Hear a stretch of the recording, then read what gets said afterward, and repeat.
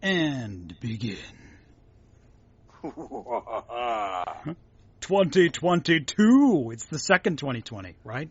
Everyone's all like, So, like, 2022, 2020 plus 2016, is that kind of where we're going here with everything going on lately? 2020 also. No, I know, but the vibe is kind of like 2020, and then, hey, P.S., we're going to, like, have Bob Saget and Sidney Poitier die, like, to start off your year. Yeah, like Betty White, the kick in the face. Right, well, that was technically 2021. That was last year. Yeah, technically. That was so long ago. It was last year when that happened. Well, Jeez. yeah, but it's kind of one of those where it's like, that didn't technically happen in 2021, but... Or did it? I thought it happened in 2021, right? It didn't happen in 2020, did it? Betty White died. It did. Betty White died on New Year's Eve. Oh, that's right. Okay. So, kind of a gray area. But, yeah, I mean, I don't know. Sucks. I mean... We're off to a rocky start. Right. Well, that's what I mean. And this kind of reminds me of 2016 when, like, every freaking celebrity died. Yeah. It was like, hide your children. Like when David Bowie and Prince died, I think, the same year. Right. That George Michael and God, there was like a list like a mile long of like, it's like my 80s musical childhood pretty much died in 2016. Yeah, no. So anyway, 2 weeks off? Yeah, 2 weeks off because we did the Spider-Man show, and then we talked a little bit about Hawkeye. Did we talk about the finale for Hawkeye? A little bit. A little bit. I can't remember. Okay. We might. Oh, did the last? No, the last. We did not get the finale yet. Okay. Because the finale was the Wednesday before Christmas. Right. And we recorded the Monday for Spidey. Right. So we can talk a little bit about that. I guess. Not much to say at this point. A little, but not much. Yeah. I mean, there's a lot. We got 2 weeks worth of stuff. I mean, we got a lot. Yeah, let's keep it rolling. We got a lot to cover. A lot of ground to cover today. Well, right. I mean, get anything cool for Christmas? Nah, just socks and underwear, pair of pants. Yeah, no, not much for me either. Box of 100 9mm rounds, so I'll be spending those. Oh, hello. Yeah, man. You can go. They'll try that out on the range, home on the range. Yeah. Not much else. I got a couple of the McFarlane 66 Batman figures. Oh, cool. I got Batman and the Riddler, so I hope I can find a Jimi Hendrix figure to scale. Because, and I forgot to post the Batman and Jimmy Save Christmas the last year. That's okay. It's everywhere. It's on YouTube. I've promoted it enough. But yeah. It's funny. It's got like 500, almost 600 views now on YouTube. That's fun. Does it really? Wow. Yeah, that's cool. That's not bad. Yeah, that's neat. For having posted for like 8 years ago, but well, yeah. But, well. Yeah, but the McFarlane figures are neat. They don't have a lot of accessories. The coolest accessories they have is the little arm clips that have the exclamation words like "ouch" and "wham" and "pow." See, when nice. Batman's punching someone, you hear "Duh," those shit coming at you. So that's what I plan to do. I'm planning on working on the 66 Batman McFarlane figures. The thing is, they're 7-inch, not 6, so none of the other figures scale. But that's okay. But it looked pretty cool. The sculpts are good. That's the good thing about McFarlane, is that the sculpt is good, but articulation, not so much. But I had a good Christmas, though. It was great. Ate way, way, way too much. I mean, like, you have a day of like just like constant grazing. It's like, oh God, and like, oh, so good. I made my signature jalapeno poppers. They came out great. And Carol, my Aunt Carol, made her signature thumbprint cookies. I mean, there's this foods we only eat like once or twice a year, and it's just such bliss. I had a great Christmas. So okay. Yeah. I feel like it was funny. I didn't end up doing the traditional like Chinese food Christmas thing for Jewish people. It ended up being where like Christmas Eve we ended up at Wildfire. What'd you have? Oh God, I had prime rib. That's what I had. I had prime rib at Wildfire, and then God, their food is so amazing. I mean, no matter what you order there, it's usually always a great meal. And, it's like that old school kind of supper club thing. And, the only problem is sometimes when it gets really, really busy, that Sinatra kind of jazz music that they play kind of disappears because it's just kind of too loud. And that's unfortunate. But it really is kind of that old school steakhouse supper club kind of feel. Yeah, there's one we had up north that was really good, but yeah, I like a good old steakhouse. It's good, man. Yeah, no, and in fairness, the pricing's a little, you hear your Ruth Chris's, you hear your Gibsons and all that stuff. The prices on Wildfire are a little more reasonable when you're talking about a steakhouse. I mean, it's not Outback or anything like that, even close. But, the same steak that you would get. And the food's just as good, but I mean, the same steak that you would get at like Ruth Chris, it's going to cost you $50. You're probably going to be able to get at Wildfire for like $40.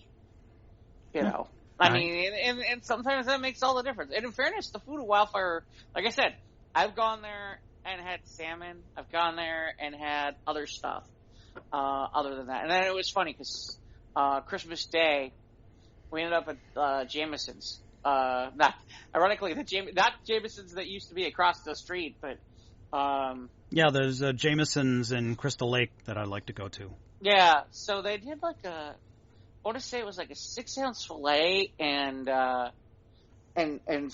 like 6 or 8 shrimp, and then it included like a soup or a salad or maybe both, and it was pretty good. So it was kind of a very meat heavy Christmas for me rather than Chinese food. So it's like I feel the premise is if you could get steak and prime rib instead of Chinese food, I feel it's okay that you didn't get to the Chinese food. So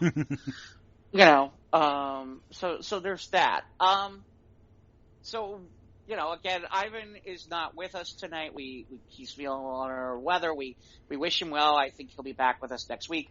Welcome to the Squares of the Round Table podcast. That is with the one and only Mike Boyle. I am Jeff Stein, and this is episode number 179. Yeah. Aha! That's the number I was looking for. Yes. Congratulations. You've reached the end of the internet. No. Yeah, so I guess here's my question. We have so much stuff. Maybe we should start with Hawkeye because it's like the furthest away. Yeah, furthest back. Furthest back of anything we were talking about. Right. And then, so I think we can be quick about this. I think the most interesting thing is, and one of the reasons I do want to talk about this is ironically, between the Daredevil appearance in Spider-Man No Way Home and Kingpin's appearance in Hawkeye, I did go rewatch season 3 of Daredevil I shouldn't say rewatch. I watched Daredevil season 3 on Netflix. Because I was curious about a couple things. And by the way, that's I've usually been bad on, I usually haven't liked the Netflix seasons of the Marvel stuff. That was really good. That was like all the things I couldn't stand about the Netflix series, like, disappeared for Daredevil season 3. That was phenomenal. But the reason I'm bringing it up, Mike, is they definitely changed some of the power level, and he definitely has a lot more of in terms of the cartoon. I mean, I shouldn't say cartoon, more of the comic book feel to him than he does from the Marvel Netflix series. The Hawkeye finale, featured Kingpin. Spoilers. Right. They're going to be, no, there's major spoiler tag. I guess we're going to have spoilers everywhere, so. No. Yeah, I mean, honestly, let's be honest. If you hear the name of the episode, we're probably going to mention. Yeah, if you hear the name, you might as well, back out. So, the Hawkeye finale had this one big battle at Rockefeller Center at the skating rink, and seemed a little long for me. A lot of goons. You know what it reminded me of? What? It reminded me of that scene in, what is it? What's the movie with Uma Thurman? Kill Bill? Yes. Yeah. That's the one. little bit of PG-rated Kill Bill. But Yeah, Yelena was cool in it. I liked Kill Yelena's Bill. arc. I liked the angle that she had the whole vengeance thing with Clint, and they resolved their differences. Yeah, that was a little too Martha-y for me. Yeah. You know, with the whistle thing, it was like, really? That's kind of like Martha for Yeah. Superman, Batman. It was like, Didn't even occur to me in that. Yeah. Why did you say that name? Yeah, kind of. It kind of had a little of that. Yeah, a little bit of that. Yeah. Never had that analogy, but like I said, it wrapped itself up in a cute little bow, and it was a nice little digestible morsel of Marvel television show. I was okay with it. I was okay with it. It was just okay. It didn't blow me away. It was just okay. I'll be curious to see where.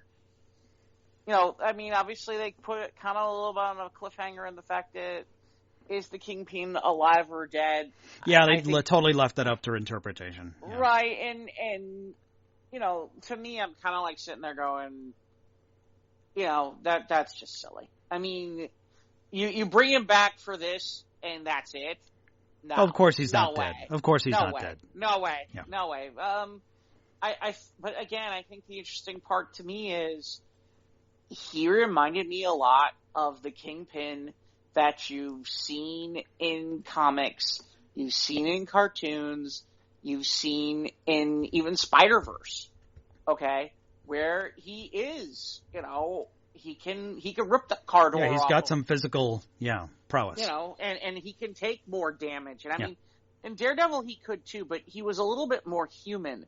This time he seemed a little more, how do I put this, more metahuman. A little more juggernaut. Well, I don't know that far. That same vibe, you know. He was like this unstoppable force. And I will say, I've enjoyed the Kate Bishop character. I'm looking forward to more of it. Yeah. I don't know that I'd buy that Kate Bishop somehow beat the Kingpin. I'm not sure I feel all that great about that either. Well, maybe I'd say the word bested. Like, just temporarily. Caught him off guard. Maybe. It's one of those where I'm just like, no. I mean, it would have been different.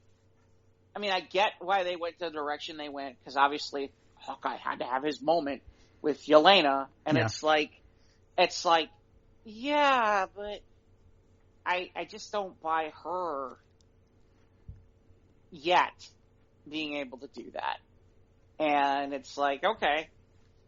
So that was where I had a little bit of disconnect, but overall, I enjoyed it. Yeah, I didn't hate it. It was just okay. I'm glad it, was part of the holiday season too. Was a nice little, touch. I'm curious in the future if it's just going to be Kate Bishop, or if we're going to get both. Where she's still going to be his protege, but it's not like Hawkeye season 2. It's going to be, the Bishop show or the Kate Bishop show or whatever the names they were throwing out there that it's funny at the end, comes out with a suit. The LARPers make the suits and they battle it out. Yeah. Well, and the other thing is too, is that, clearly, the thought process on Clint's wife is that is, I can't remember her last name, but it's the woman who over the years Clint's had a relationship, who has been the superhero known as Mockingbird, and was a SHIELD agent at one point. And if that's the case, maybe you can bring back another Hawkeye show where it's her and it's Kate Bishop and it's Hawkeye, and you could do something like this. And maybe that if the Kingpin's back, maybe that's your excuse to bring in Daredevil. Maybe that's your way that you can open that door to Daredevil. But who knows? We'll see. So like I said, I just figure we should bring it up quickly, because it's like, and by the way, here's the real question. I don't see any dates on when these next Marvel shows are coming out on Disney Plus. No, we don't have a release date for any of these other shows, like season 2 of Loki or Ms. Marvel. No, wait, Ms. Marvel show has been shelved because they're going to make a second Captain Marvel. She-Hulk and I thought it was supposed to happen before the second Captain Marvel movie. Yeah, maybe. Well, the next thing we know of is just the Doctor Strange 2. I think that's next on the roster. Right, I'm pretty sure the She-Hulk show is going to come out sometime before that, but we'll see. That's okay.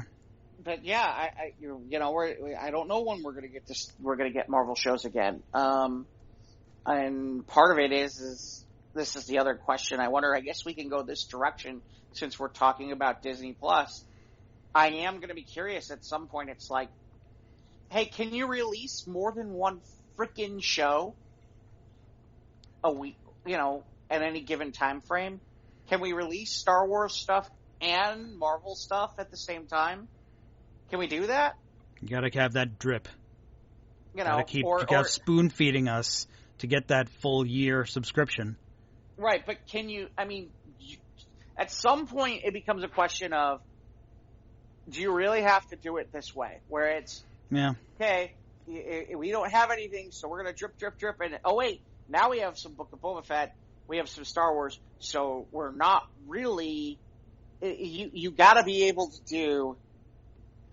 I mean, at some point, it's like, don't get me wrong, it's working for them by the way it is, but I don't know. I mean, at some point, it comes down to, if you're going to do that drip thing, at some point, somebody's going to sit, right now, I'm paying for the yearly, it is what it is, but at some point, I'm going to sit there and look at it and go, hey, you know what?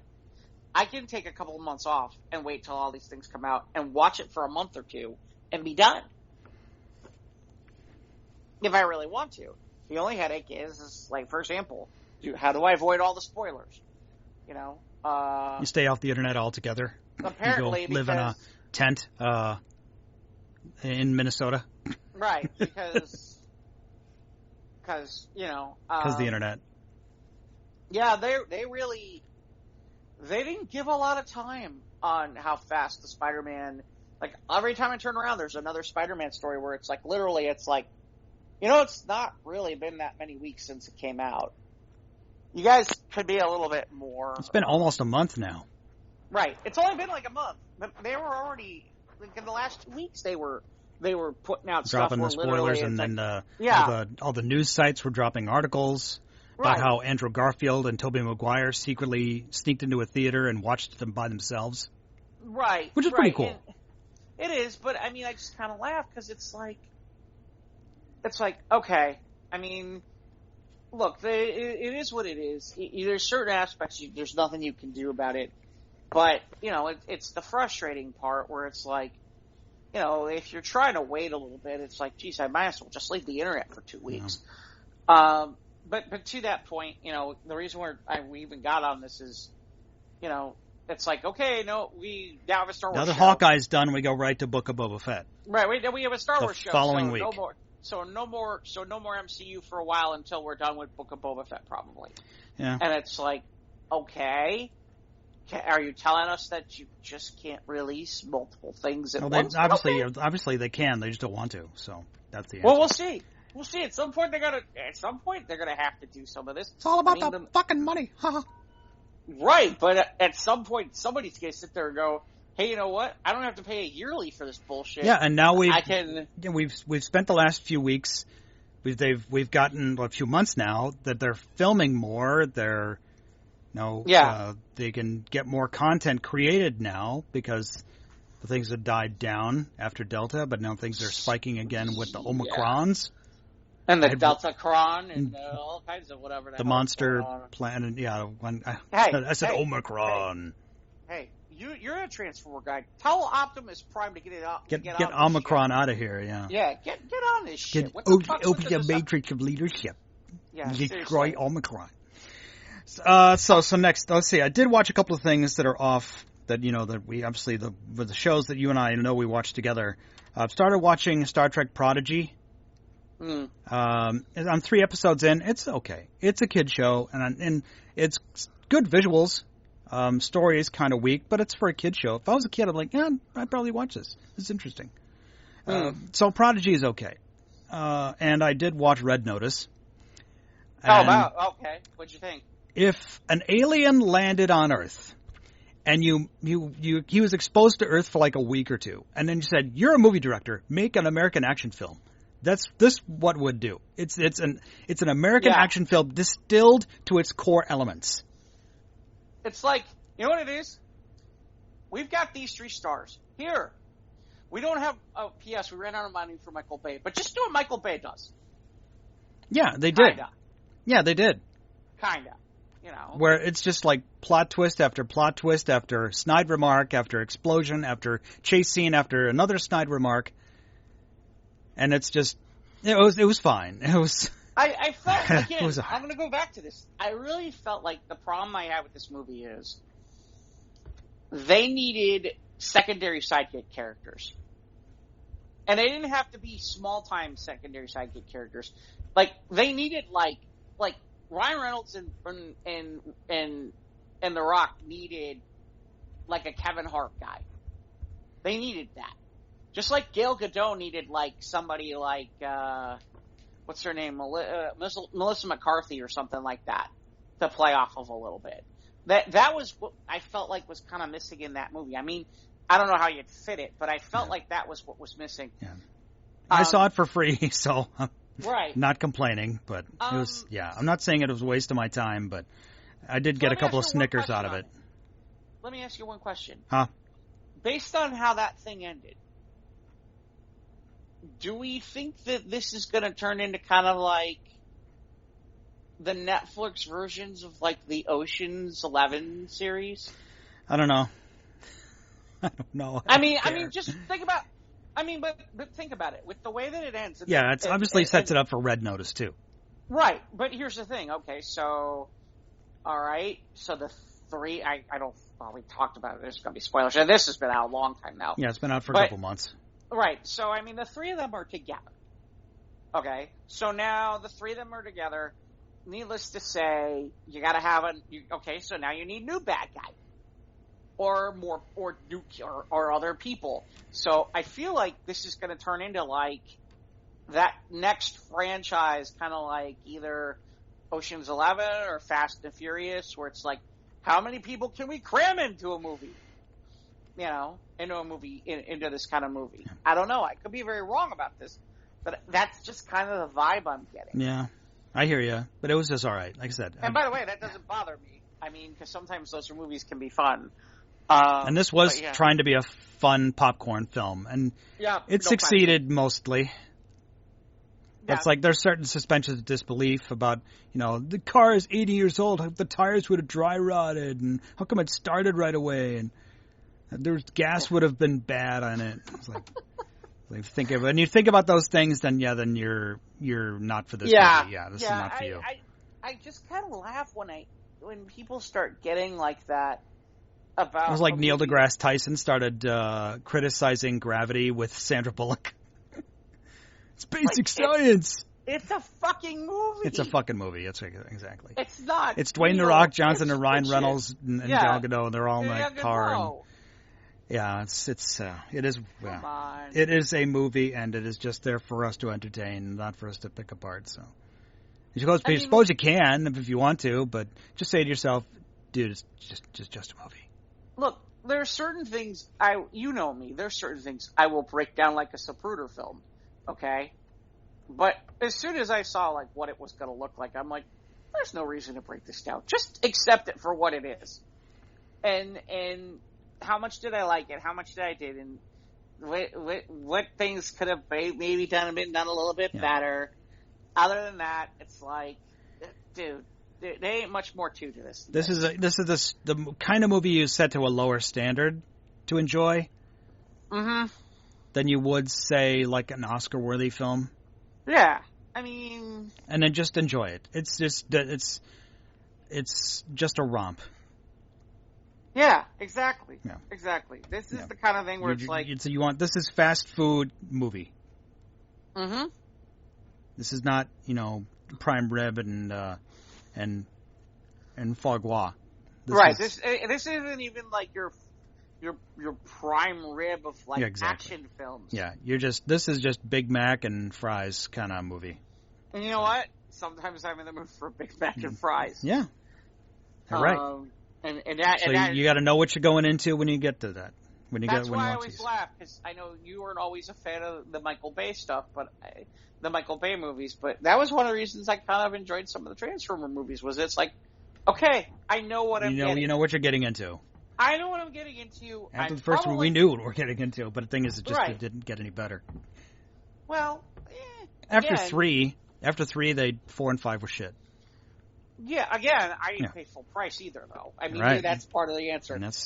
Which is, okay, on a Saturday afternoon and I got nothing better to do, I'll pay a matinee price. Here's my big fucking popcorn. That's right. Here's my gigantic drink. And no, there's not very many people in the theater. And I'm just going to enjoy it for what it is, which is mindless, dumb bullshit. Yeah. And I'm glad like I said, it was on Netflix for free, so I'm glad I didn't pay for it.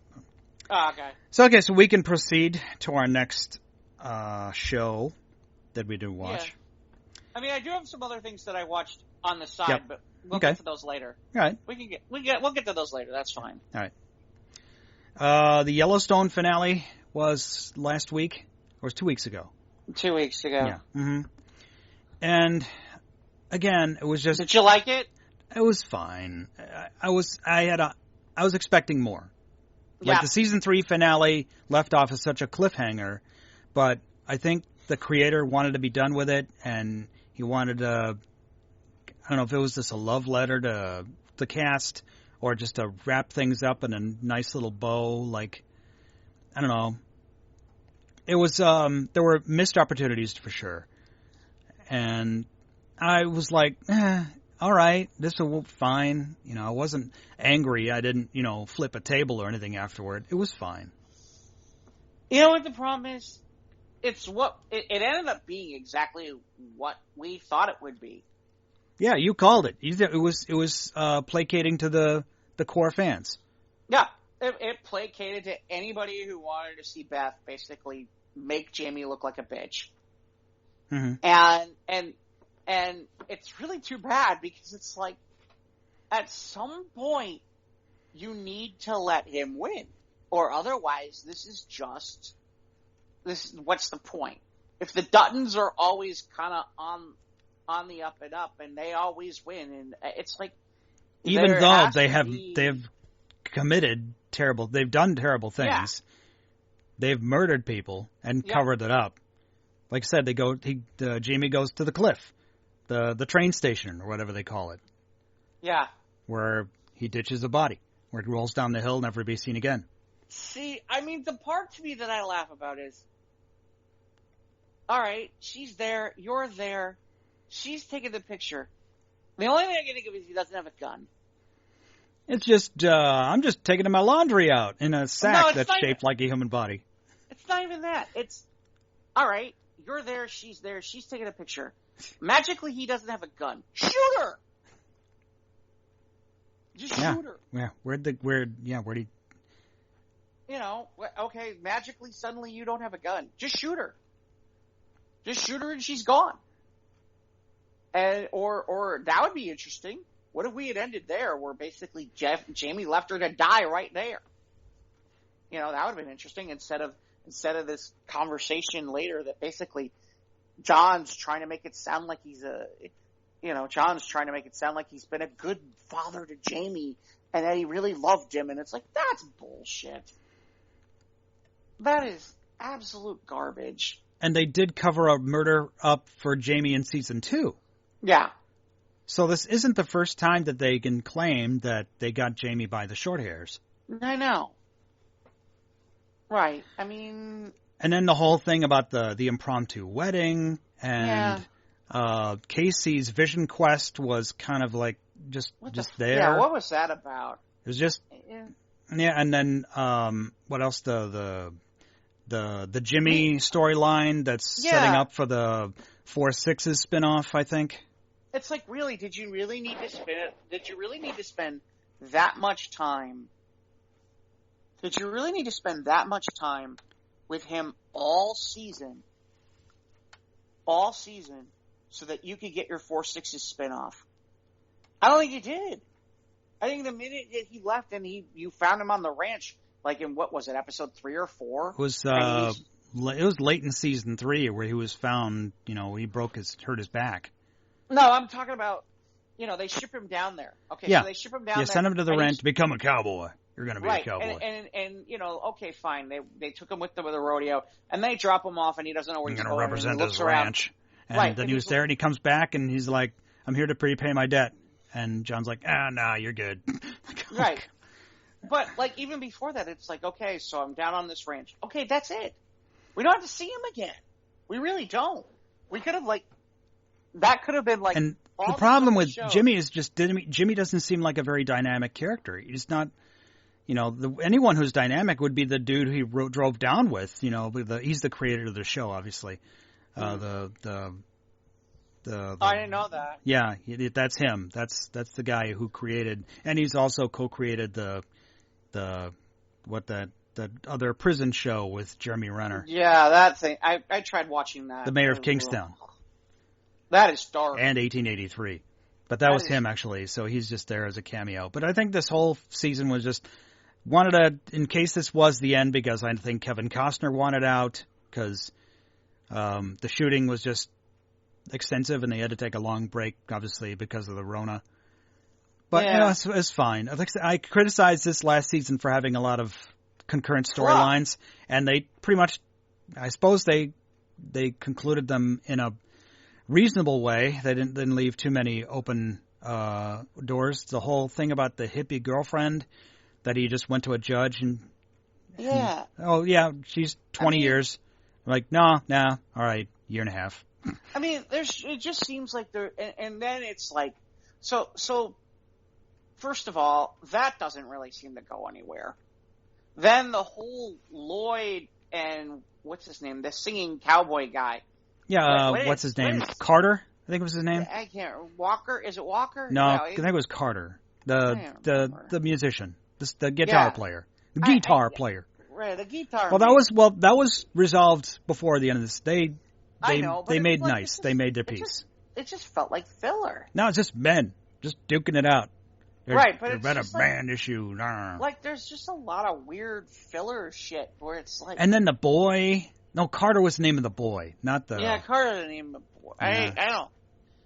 I don't remember. All I know is there's just they could have spent a lot more time resolving the cliffhanger, really building out that cliffhanger thing from season 3, and they didn't. And again, it's like, okay, you could have made this, maybe it will still be interesting in season, what is it, 5? If they make a season 5, we don't know yet. I think they are. They had 9.3 million people watch on that Sunday night. Right. I mean, that's. It was the most watched show on television that night. Right, and it's one of the most watched shows on TV all year. So, we'll see. I'll be honest, I would like to see the 4/6 show with Jimmy. Jimmy to me was one of the few characters I find somewhat redeeming. Yeah, I finally told off that no good girlfriend of his. Yeah, he's one of the few characters I was cheering. Yeah. Like I said, he's one of the few characters I find actually redeeming of a human being. And I think it could be interesting, to see where he might go and what they could do with it, and what they could build out with that. And, the 4/6 is a real ranch. I'm sure they want to pump some money into that and make some money on that too. So there's some cross-branding shit. Because we talked about before. The prequel series from 1883. I still haven't watched. I still have that on DVR. I haven't watched past episode 1 yet.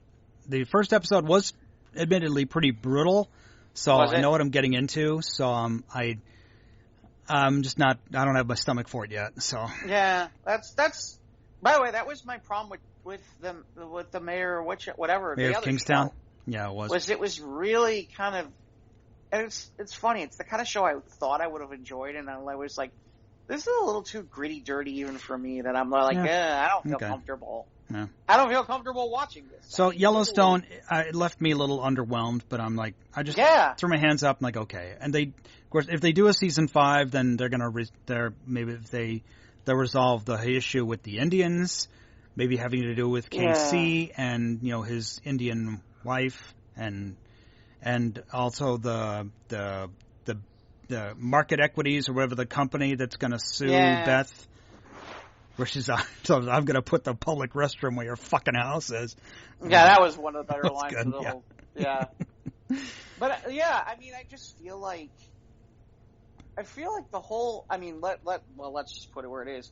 The whole Jamie thing is okay. We need to build out stories so that we can build out characters, so we can spin off for this other show. Okay, and then it's like they were trying to. The rest of it, I don't know what the hell they were doing. I just don't. It's like they forgot who their main central characters were or something, or I don't know. It just seemed like they got away from a lot of the basics. Yeah, and Rip was such a badass in season 3 and 4, and then final episode, he's just standing in the back with his hands folded, saying, "Oh, Beth, haha, you cray cray." Yeah, well, again, this goes back to, and I saw it from some of the things that were written about, about how the season ended and stuff, where people were like, "Oh, we're glad to have the real Beth back," and I'm like, "Great, so you need to have adversaries for her, and the most chief obvious one is Jamie, but you've decided to basically make him her bitch, and continually." And it's like, okay, then it's not really, then it's just a self-fulfilling prophecy that she's going to at some point kill him. But I mean, you look at Beth objectively, she's not a nice person. No. If you're a secretary in front of her, beware. Yeah, well, if you're anybody. Beware. Yeah, anybody pretty much. Who's not doesn't have the brand on their chest. Yeah, seriously. Then you're the enemy, apparently, because you pretty much need to be like a old school alpha male. Yeah. And be like, like rugged old school alpha male guy. That's right. Gristle, yeah. Gristle. So I'm with you. I'm with you entirely. I'm just kind of like, whatever. But I get the impression. It was just, they used Yellowstone to launch 2 shows this year, which is the 1883 thing. Well, technically 3. They launched the other show with Jeremy Renner. Yeah, the Mayor of Kingstown. Because they were freaking airing commercials for every 5 minutes. Oh, every commercial break. If it wasn't a commercial tied to something cowboy. That was awesome what they did with Liberty Insurance. They put a guy on a mechanical bull. Was Mitch the cowboy or something like that? It's like, you want to advertise in this show, you better have a fucking cowboy on it. And it's like Liberty Mutual's be like, we got you, fam. And it's just some guy on a mechanical bull. His name is Mitch. Yeah, I mean... a tractor supply company or boots company or... Yeah. Yeah, it's either that or a continual advertisement for 1883 or Mayor of Kingston. And it's like, and then to top it off, they're spinning off the show with Jimmy for the 4-6s thing. Yeah. So really, in reality, I mean, if anything, I kind of laughed. They need Yellowstone to spin off more shows. And to be able to promote to get more people to watch Paramount Plus. Right. Because it seems like it's one of the few ways out of anywhere close to... How can we capitalize on the Duttonverse? Yeah, well, I hate to say it. They're certainly not capitalizing on the Star Trek universe. I still haven't watched season 4 Discovery. I hear you're not missing anything. That's what I hear. I've got friends who are like, yeah. I'm like, that's too bad. Like, season 2 was so good. And then season 3 was just meh. And I'm like, like I said, I'll just wait for my Captain Pike show. Oh, well. I think you're going to wait a while. I think you're going to wait a while. I thought it was in the can. Jeez. I don't know. I have no idea. All I know is someone has to, see, the problem is, like, the Prodigy show seems to be working, and there's enough people who enjoy Lower Decks. Yeah. Where that's just enough for for CBS and Paramount to not sit there and go, something has to be about we got season 2 of Picard coming. Because they were filming season 3 of Picard, but they had to halt production because a bunch of cast members, not Patrick Stewart, but a bunch of cast members have tested positive for COVID. So they had to pause productions on season 3. But season 2 is coming, I think, soon. I think it's just after I think what Paramount Plus, as soon as Discovery's over, then they're going to start dropping season 2 of Picard. See, to me, I think that's the funny part, too, is it's like, the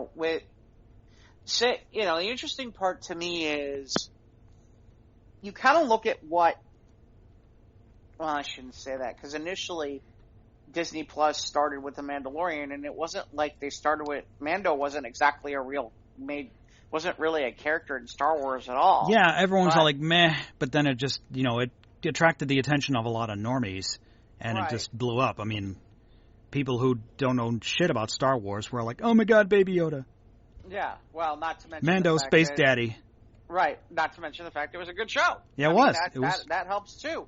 But you notice that a lot of the other shows that they're looking at building are with characters that are a little bit more well known in the Star Wars universe. And I just can't help but notice that other than the Picard show, well, okay, the Pike show's working its way, but Pike isn't well known Pike isn't a mainstream character. No, but he's going to have Spock on it, so. Great, wonderful. Well, why not do a Spock show then? Well, it says kind of. Why not use what's-his-name and let him play Spock and do a Spock show? Let Spock have his own goddamn ship. But he didn't get his own ship in Star Trek. Well, that's the problem. Guess what? Now he does. They make up all kinds of shit. Why can't they make up some shit here? I know. I mean, seriously. He's got another brother. He's got another sister. I mean, seriously. You recast all those people from the movies. You mean to tell me you can't figure out a way to get some of those people who are pretty talented actors at some point to basically be like, hey, we're going to do a spin-off show on Paramount Plus, and we want to bring you in, and we want you to reprise this character. You mean to tell me they can't figure that one out? Not without upsetting too many fans, I guess. Fuck the fans. Get something that's fucking marketable. You gotta placate to the core fans. That's what. Yeah, but you know what? If it's good, who gives a shit? That's the real truth. Well, true that. Well. I mean, that's part of the problem. Part of the problem is if any of this Star Trek shit, even Picard wasn't that great. It was unexceptional. It was. And that ending was horrible. I mean, that ending was. I don't even know what the fuck happened. And I watched it. I don't know what happened. I still can't tell you what the fuck really was going on. It was like Star Trek 1 revisited. Same fucking thing. I'm like, not disagreeing. I know. It's just that's where Star Trek goes wrong. It's like, here, right? Hey, look, you finally got me. You know me? I'm not a Star Trek guy. Oh, look, you got me to watch Star Trek.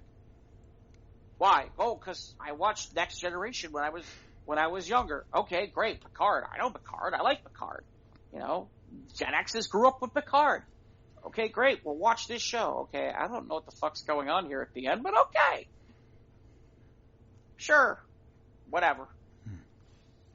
You know, give me my fucking Deep Space Nine show. Seriously.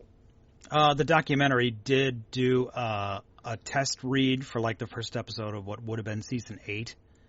So we kind of know how the direction the writers would have gone in had they wanted to do it, but I don't think it's ever going to happen. Forget going back to season 8. What if they went 10, I don't know. No, that's what we would have done with season 8. It would have been a time jump. Oh, really? Okay, where that's interesting. You know, Jadzia is captain of her own ship, and Nog dies in the first episode on the Defiant. The Defiant explodes, and they're uncovering this conspiracy about the Jem'Hadar on Bajor. But they explain it, I guess, in the DS9 documentary, What We Leave Behind. Oh, okay. So, interesting. Oh, interesting. Yeah. No, I take it all back. Okay. Well, congratulations. Well, they won't fucking use that. Well, they can't do it now because obviously too many cast members have gotten too old or died. So. Yeah, but you could do. Seriously, you could revisit Deep Space Nine. You. There's enough characters and enough people where you could do just enough. Maybe if they do a cameo of the station in present day on Picard, and then that can spin off to something like they're doing with the Captain Pike show. Maybe they tried to spin it off that way. Well, that's what I mean. I mean, the truth is you can bring back what's his name? He's in the freaking what do you call it? Wormhole anyway. That's Cisco? the problem. That's the biggest problem. You're gonna get Avery Brooks to come back and play Cisco. I don't know. Maybe. Well, yeah, I think we can move on. There's one other show that we have to mention that we did watch both together, we know for sure. Yeah. And the exact opposite storytelling techniques. For everything that we've complained about Yellowstone, man. This show has gotten it so right. Oh my God. Cobra Kai. Look, my background in terms of teaching storytelling and public speaking. I swear to God, this show, I could teach people how to write great stories by watching Cobra Kai. I literally could. I could sit there and point it out. I could literally sit there and be like, okay, so watch what they do here and how they do this and what they do and how they make this work and what they do here and how this is how it goes and it can build beyond. I literally could do that. And it's so clear that anybody would be able to see it. Anybody. That's how good it is. Well, it has its own vibe. I mean, it gets a little telenovela. It gets a little, like with characters changing allegiances and switching sides and becoming good to bad, vice versa.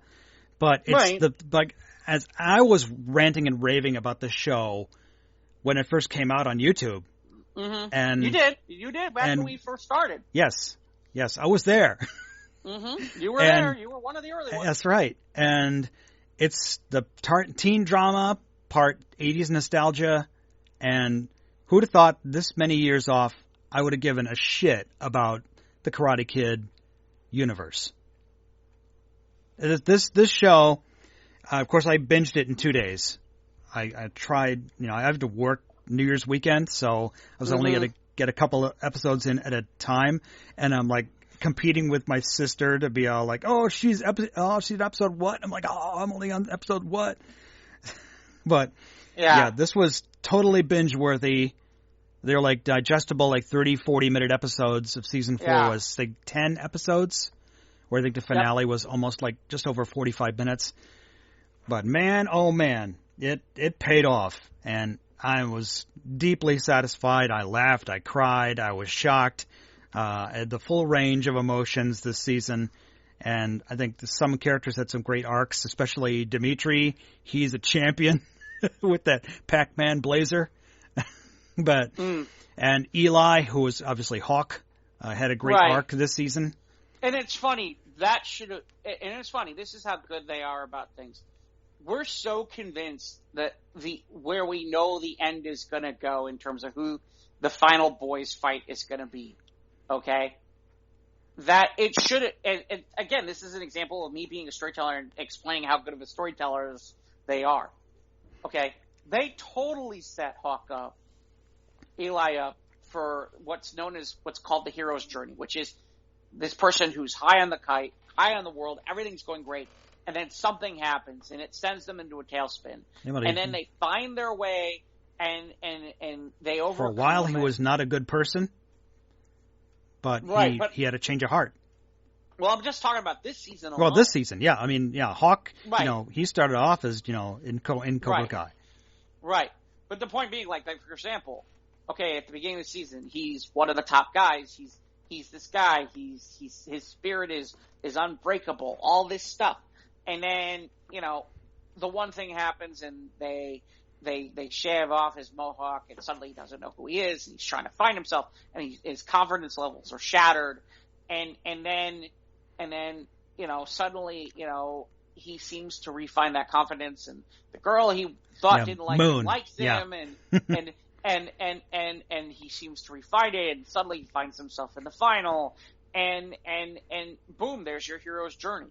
And the funny part is it's so obvious that it's there the whole way, because if you're watching the episodes, it's there. But we're so convinced that's the other characters like Miguel and Sam, Miguel or Robbie, are going to be in the final. That at no point did we ever sit there and think, did I ever sit there? They come from behind. Well, no, it's not even that. It's like, as a storyteller, it's like, oh, this is so obvious. This is so obvious that this is what they're setting up for. But at no point in time did I sit there and go, yeah, that's who's going to be in the final. Okay, at no point in time did I think that. They threw us for a loop when Miguel hurt his back. And I almost stood up in my chair when that happened, man.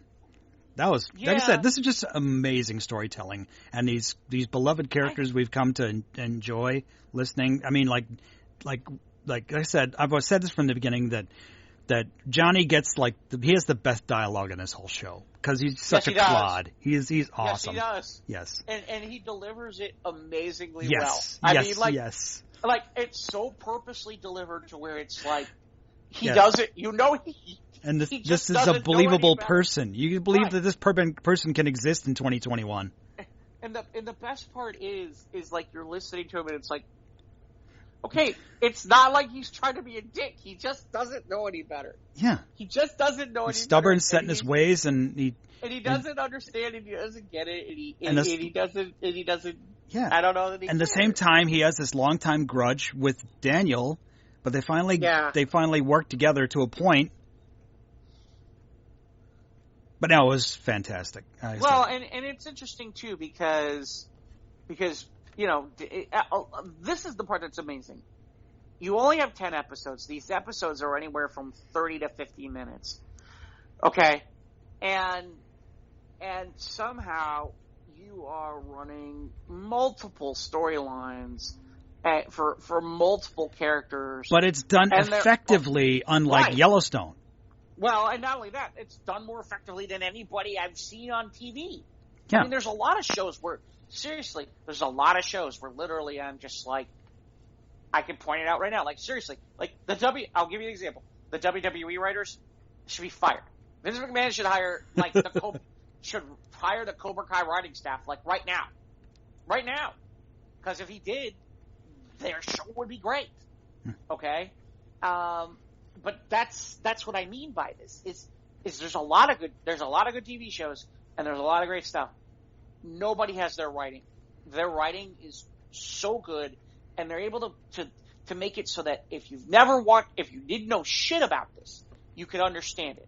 But if you've been there a long time, you don't. It equally feels just as important. And what's interesting too is, the way that the whole season plays out. It's interesting because Daniel basically has a story where he has to admit that sometimes he's not right. Yeah, and the same thing goes for Johnny. Right. But Daniel really. I mean, seriously, Daniel really. I mean, he is truly the stubborn one. Right.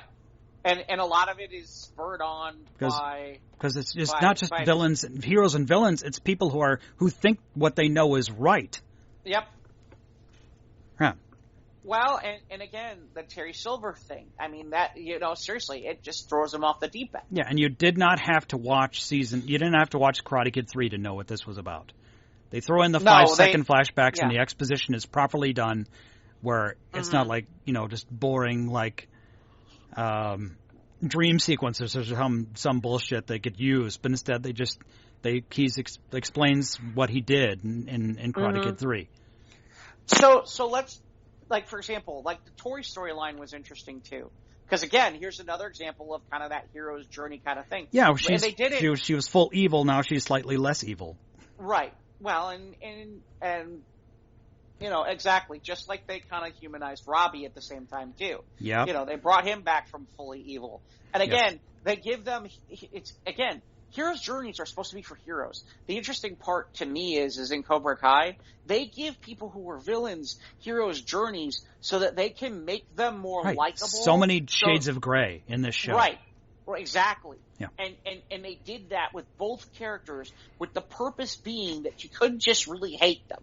You had to kind of like. No, you and they still have some redeeming qualities. Right. Exactly. And that's when you know that you've created a great show. Is you've created a great show because you've made it where. And by the way, to go back to Yellowstone. This is the problem that I'm having with Jamie. Here's a perfect example. Is you look at what they did with like the Tories, and you look at what they did with Tori and Robbie. Okay, there's no reason you couldn't do that with Jamie. You could do the same thing with Jamie. You could make him like that, and then it would make the fight between him and Beth far more interesting. Instead,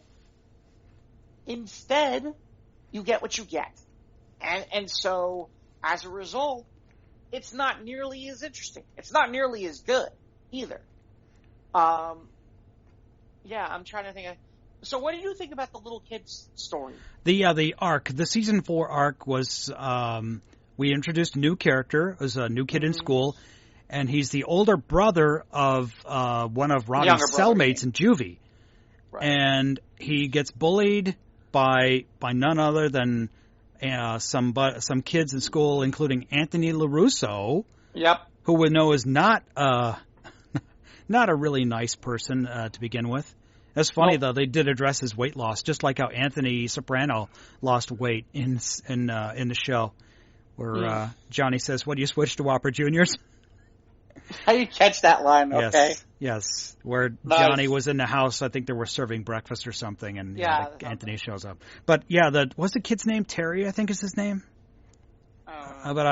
So he joins Cobra Kai. We thought, it's like another story where like, oh, this kid is bullied. If he gets to Miyagi, he could, or Eagle Fang, you turn him around, turn him into a competent, fighter. But no, he goes to Robbie. And Robbie shows him, he gives him a taste, and he delves into it. He becomes a not a nice person. Yep. By the finale, he gives Anthony what for, where some people would argue that Anthony deserves it. And he does. He does slightly. He does. But at some point, it's like, but there is that part where it's like, okay, well, now the scripts have flipped, and he is the bad guy. Yeah. And by the way, I'm not positive that next season he's not like the guy for Cobra Kai. That kid. Well, he's like he's got. Like I said, he's small. He's got the speed. He's like Woody the Wabbit in Meatballs. He's got the speed. Use your speed to your advantage, and that's how Terry and Kreese were. Mm-hmm. He saw some potential in him. Yeah. So, but I'll be curious. Like I said, we haven't gotten to talking about what we think for season 5 because we'll get to it. But I do think he has the potential to be like one of the frontline guys in season 5 for Cobra Kai. Mm-hmm. For what Cobra Kai will be, the Cobra Kai dojo will be. I thought what they did with Terry Silver was interesting.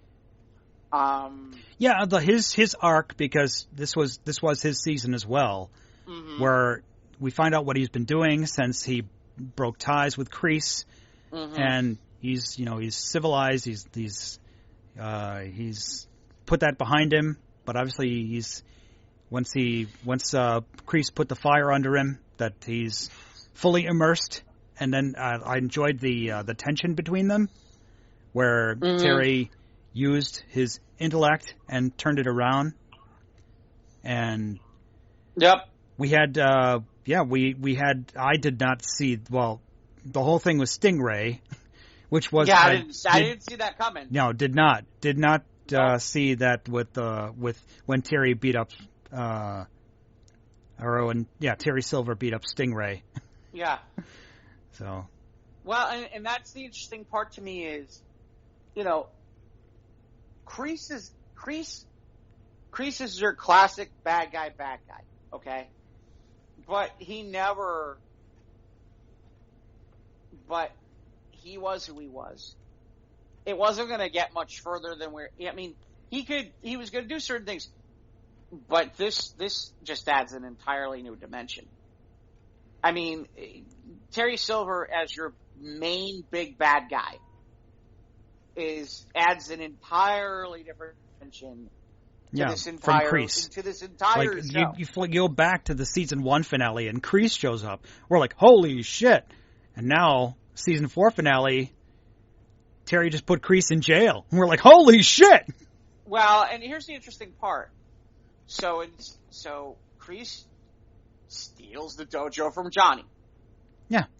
And then Silver steals the dojo from Kreese. Okay?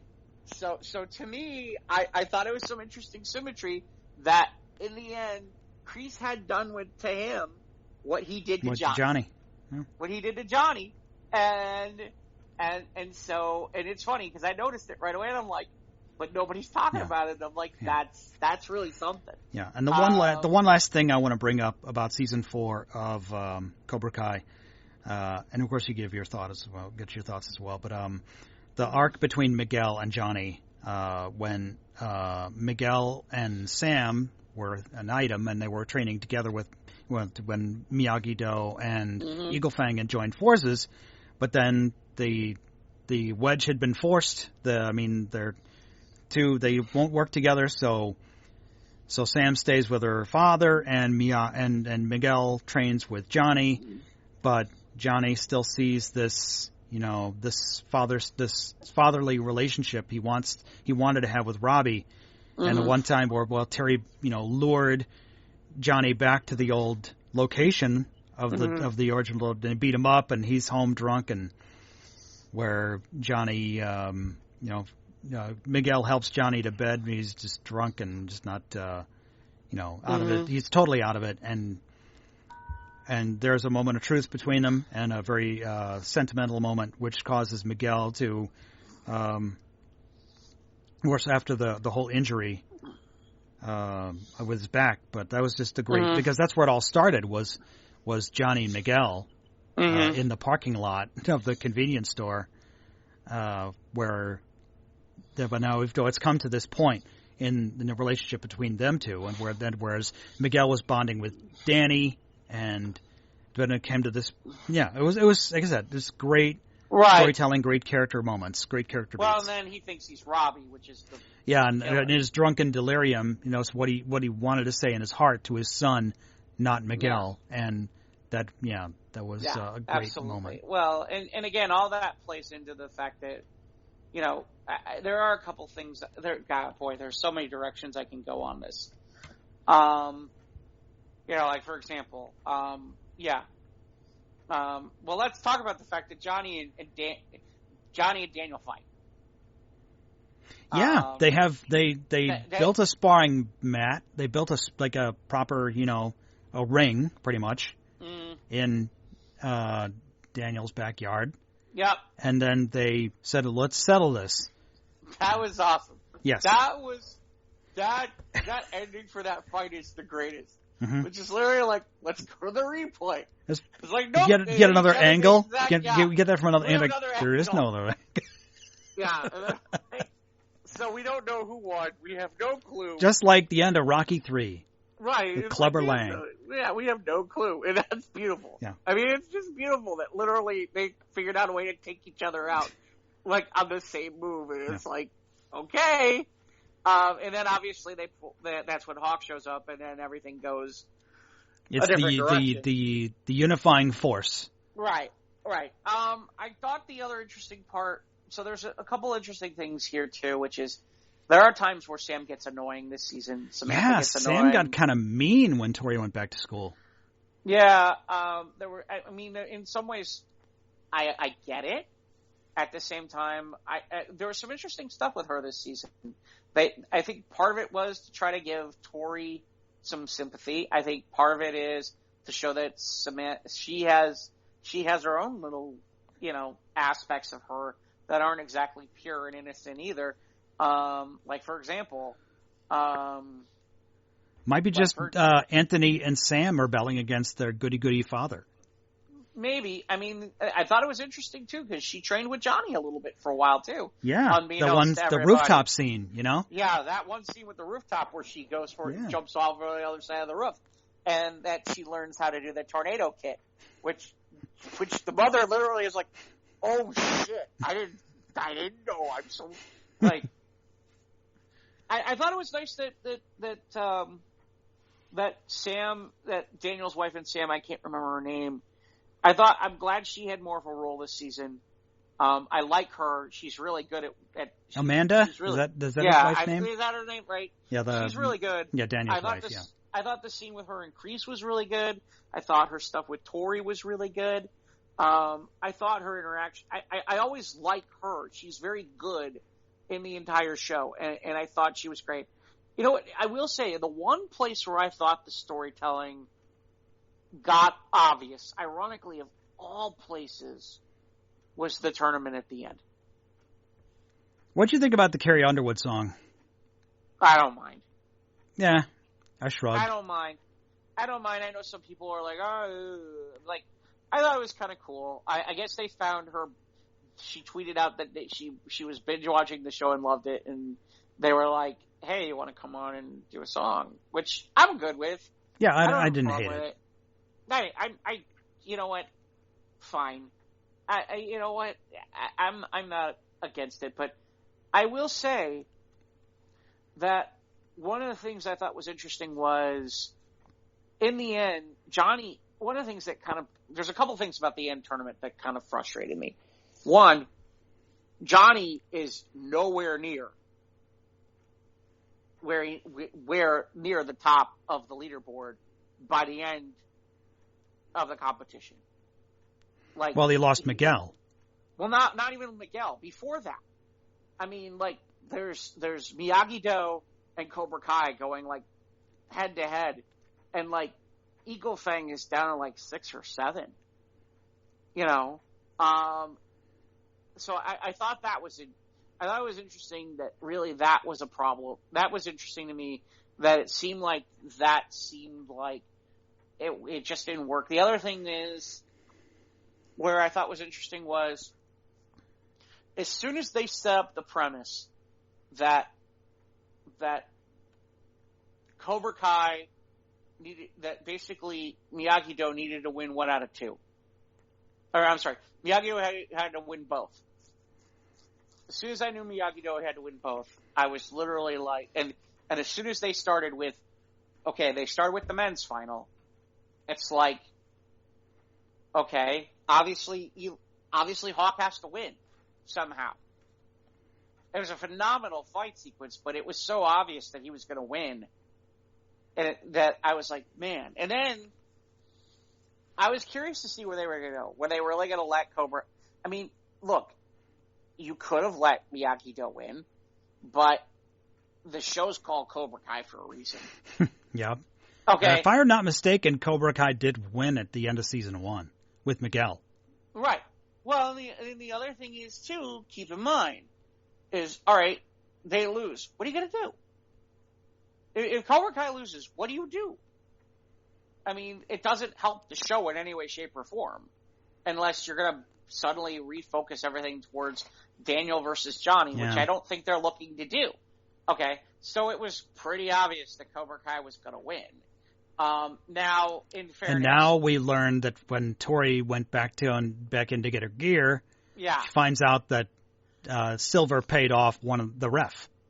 Right, that spot where, and it's funny. It's the spot where she knocked her up, and the ref said she stepped out, and Johnny was like, "That's a bullshit call." Well, now we learn it was. Now we know why. Call. Mm-hmm. Right, now we learn it was indeed a bullshit call. And then obviously, I thought that was the only time all season that the storytelling was a little too obvious that we knew where things were going to land. Because, especially, okay, Miyagi-Do's got to win too. All right, so is Miyagi-Do really going to win both of these? Well, okay, magically, somehow, Eli beats Hawk. I'm sorry, Eli and Hawk beat Robbie. Yeah. Okay. Which, by the way, it would have been a lot more. Well, I guess it doesn't work that way. But yeah, I guess the big fight really it does make sense though that the big fight be Tori versus Sam. It really has been the big fight. In some ways, it's a bigger fight than Miguel and Robbie. If you think about it. I think Miguel and Robbie was that season 1 or season 2? It was season 2. Season 1. Oh, season 1. Yeah, I think it's season 1. Yeah. No, I think it's season 1 because we haven't had another. That's right. The season 2 finale was the fight in the school. Right. Right. And then the season. This is the first. Right. This is the first season we've gone back to the All Valley. Right. Since season 1. Yeah, like I said, I just was the Miguel not showing up thing. I guess it makes sense, especially considering how Johnny was playing this out. Obviously, we did see at the end that the guy that showed up in last season when Daniel went to Japan. Yeah, Chosen. Chosen shows up. Because, so obviously Danny's not going to abide by the rule that, one stays, one goes, whoever wins. What did you think about that? What did you think about him deciding to say, fuck it? Yeah, I'm sure. Once it gets out, the news is going to get out that Terry paid off a ref and he's just not an honorable man. Right, but I mean, the truth is Daniel doesn't know that, and now he's not doing what he. Well, I mean, here's the thing: was Cobra Kai ever really going to be honorable? No. Right. Again, to me, it'll be interesting because I'm curious when in terms of time frames, when season 5 officially starts. I'm hoping in July. No, I don't mean that way. In terms of like. Oh, how far time jump? Right. Okay. Because based on what we saw, I would almost think you want at least 6 months, maybe a year. No, you can't go another year. That would have been lost. Another tournament would have been lost. But I know Terry wants to franchise the dojo, and you need at least 6 months where Terry has taken over the valley. Yes, that's what you want. I mean, honestly, that's where you got to go. Which is okay. He really has taken over the valley. Cobra Kai is now everywhere, and you literally are the little dojo versus they have an army. And they've won the hearts and minds of the public. Yeah. Because they're all winners. Right. Yeah. That's literally, I feel like, especially with Silver's money, absolutely. So, and it's interesting because it's so obvious now that I'm thinking about it.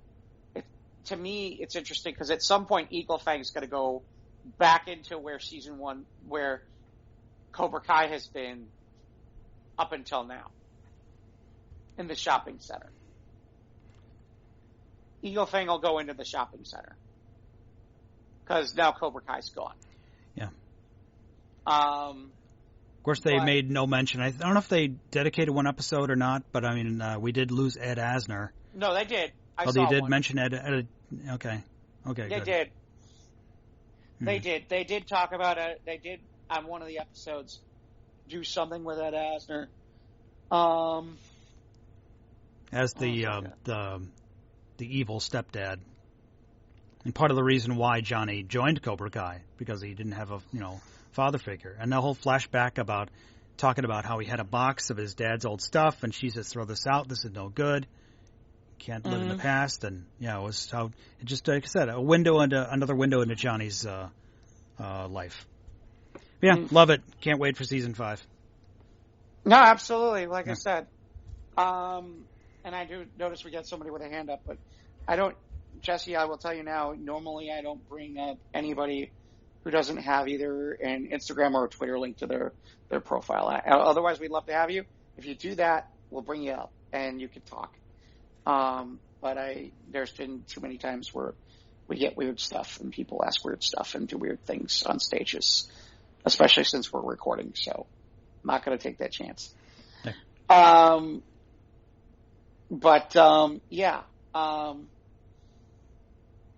So what are your theories for season 5? So the only other thing I keep coming back to is aside from just the time jump and the I mean, plunging into the darkness, apparently. I mean, the real question is, what do you do with Kreese? Yeah. I mean, he's certainly not going back to Silver. He's certainly not gonna go to Daniel. Right. He's certainly not gonna go there. Do you really think we're gonna see a reconciliation between Kreese and Johnny? I mean, that seems they're just the enemy of my enemy is my friend. So Kreese will team up with Johnny to defeat Cobra Kai. Who knows? That's probably where we, and of course Chosen's teaming up with Daniel to defeat Cobra Kai as well with their Miyagi-Do. I guess that's really going to be the answer, isn't it? Because then that allows for tension between Daniel and Johnny again, so that they can't really get back on the same page again. Yeah, because they've had those fleeting moments where they're working together and it seems to work, right. But then their differences somehow work their way out, and all of a sudden they're at odds again. Right. It's been like that for 4 seasons now. Right. So my guess is they'll kind of do that again. Like, they'll get them back on the same page a little bit, and then he'll forgive Kreese. Right. And then this'll all go to hell in a handbasket. The tenuous alliance, yes. Yeah, it goes out the window again. Mm-hmm. Although it'll be interesting because, to me it'll be interesting because I'm curious too what Tori and Robbie do. Yeah. Once they find out once they find out what kind of man Terry is. Right. Well, obviously Tori does. Mm-hmm. And Robbie, as it is already in the All Valley, Robbie's forgiven his father. Right. And really he's there because of Kreese. He doesn't necessarily really like Silver. So to me it's kind of one of those it's kind of one of those where I'm like, it's kind of one of those where basically I'm kind of like, okay, I don't know. I don't. That's where it'll be interesting. I'm curious who stays because at that point it could be interesting because does Miguel stick around for Kreese? I don't think so. No. Again, that's the other question. Yeah. I keep wondering too, which is, okay, so now you've got this other storyline where Johnny's going to Mexico to find Miguel. Miguel's going. Yeah, Johnny's going to Mexico to find Miguel, who's looking for his real father. Which begs the question: is that going to be a Miyagi-verse character, or just something else entirely? I don't know. It's funny. I'm like sitting here going, is there a way to tie that to a Miyagi-verse kind of thing? I don't think so. I'm not sure. Yeah. It'll be interesting to me, like I said, to see where they go. I mean, obviously 5 is in the can. I showed you that article. Yes, today. You posted me a link to a Screen Rant article about right. Terry Silver teasing what may come to be in season 5. Right, and it's kind of like what we were talking about. Is I have a feeling it's exactly that, which is, yeah, he's going to take over the valley. He's going to take over the valley, and they're going to have to figure out what they're going to do now. And the interesting part is it's like, can we really see a alliance between Daniel, Johnny, and Kreese? I just don't see it. I mean, I guess it's possible by the end, but man, I don't see that one in a mile. I don't know. Do you have any thought that could happen? This is what it seems like it's going towards. What it aims, right. What it's aiming for. Well, especially because there's all this stuff where. But I think we're done with the spit and a handshake kind of thing, saying no more fighting during before the tournament. Yeah. But we knew that was going to get broken.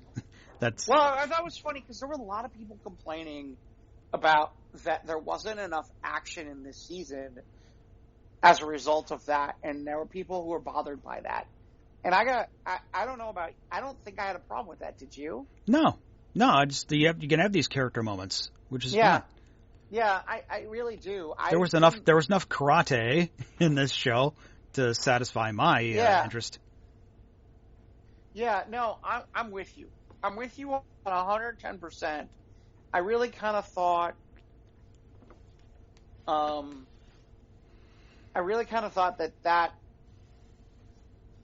that's kind of a bad argument, to be honest. I think after the fight in the high school, which was one of the greatest fight sequences I've ever seen, anywhere. I mean, with how they filmed that, that's one of the best fight sequences I've ever seen. I think we just all want more of that. But you can only have so much. You can't be constantly doing it, or it's just not going to be as impressive or interesting. Yeah. Well, so we can move along. The other thing is Book of Boba Fett. We've had 2 episodes in. Episode 3 drops before this episode airs. So, your thoughts? We can briefly take on this. I mean, I think we've talked. I think you and I are on different pages. Yeah, I think you're right. But now after watching season 2 or episode 2, where it's become Dances with Wolves, pretty much with the Sand People, and not more flashback and less what's going on in present time right now with him and Fennec. I think hopefully we'll get more better moments with them. I know that Fennec, like Boba, saved Fennec's life on Tatooine, so she has owes a debt to him, a life debt, if you will. Mm-hmm. But the season 1 and 2, we're getting a lot of these flashbacks where the dreams are back, but it's just flashbacks. They're not dreams, really. Right. It's backstory in the Bacta tank, and we're finding out these first 2 episodes. We found out what happened after Return of the Jedi, and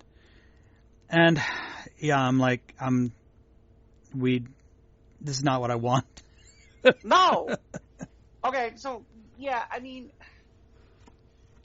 so I kind of laugh because it's like the people who really like it are like, oh, it reminds me of The Mandalorian because it's got that Western feel to it. I'm like, I don't know that I needed this to be there. Yeah, we're hoping this was something else, but this is what we're getting now. Yeah, I thought this was like the Gangster Mafia show.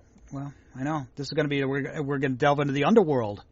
Right. I really thought we were going to go there, and that's been like 20% of the show, and I'm like, yeah. I mean, like I said, a little disheartening. The only thing I can come up with is, unless like he's bringing the whole Tusken army. Right. Like, if the Tusken Raiders become his muscle instead of those 2 Gamorrean guards. Right. If that's where this is all leading, okay, I guess. I know some people are like, be patient. I'm like, I'm trying to be patient. My problem is it's taking up like most of the episode. Yeah, and we're only getting 6 episodes? Is that all we're getting? I don't know, either 6 or 8. I don't know. Yeah, and it's like everybody's like, "Oh, it's so great to see that." Yeah, I mean, it's interesting stuff, but there's just like, again, I'm like, you know what was interesting? What was interesting was when he went to go see the mayor. I thought that was interesting. Yeah, the Hammerhead. I had the Hammerhead figure as a kid, so that's all I know him as. I don't know the name of the race. Yeah, Athorian is what it's called. Athorian, okay. But I thought that was interesting. They introduced something entirely new in this whole twins thing. Okay. Yeah, Jabba's cousins or something? Jabba's cousins. That's new. I've never seen that before or read anything about Jabba's cousins or anything. And I thought it was interesting that, and this is Disney rewriting canon, and I'm okay with it. Because, at least it makes it, sounds kind of It makes interesting. sense. If Jabba had any family, they would promptly come forward. Right. But you think they'd have come forward sooner when Bib Fortuna took over. Right. Well, that's the interesting part to me is it's like... Why did they take so long?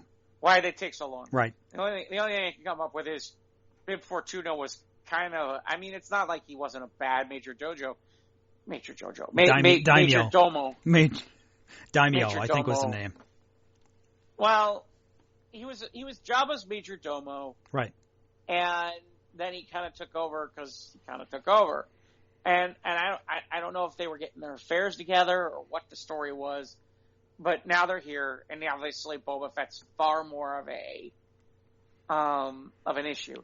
I thought the most interesting thing of all was there's a line apparently in there from Fennec about how you can't kill them without permission.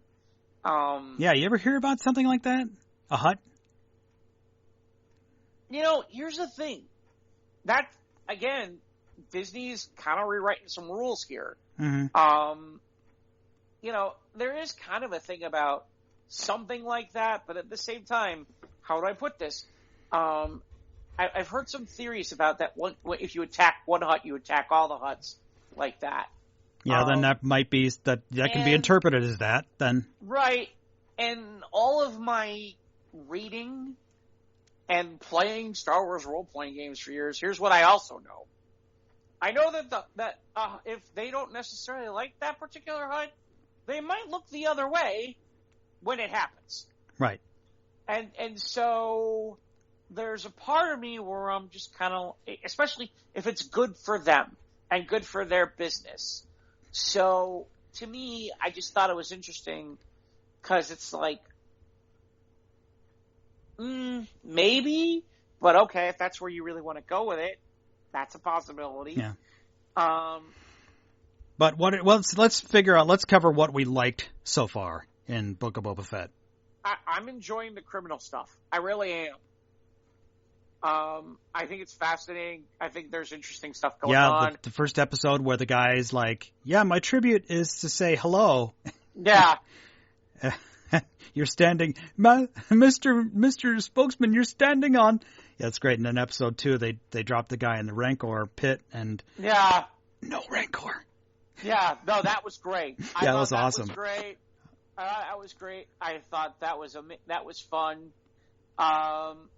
Again, I'm liking to learn a little bit more about things. It's interesting because it seems like the mayor clearly knows those two twins are coming. Mm-hmm. Okay? Which is why he's probably another reason why he's not showing Boba Fett any respect. By the way, the woman at the at whatever nightclub that is. Yeah, Jennifer Beals, yeah. I was going to say, were you aware that's Jennifer Beals? I wasn't. Yeah, I was like, okay, wow. And she's not green. She's like normal colored. Yeah. Okay. Well, they don't always have to be green. Yeah. I don't know, I guess I'm a little... What are you, racist against Twi'leks, Mike? I guess apparently I am. I don't know.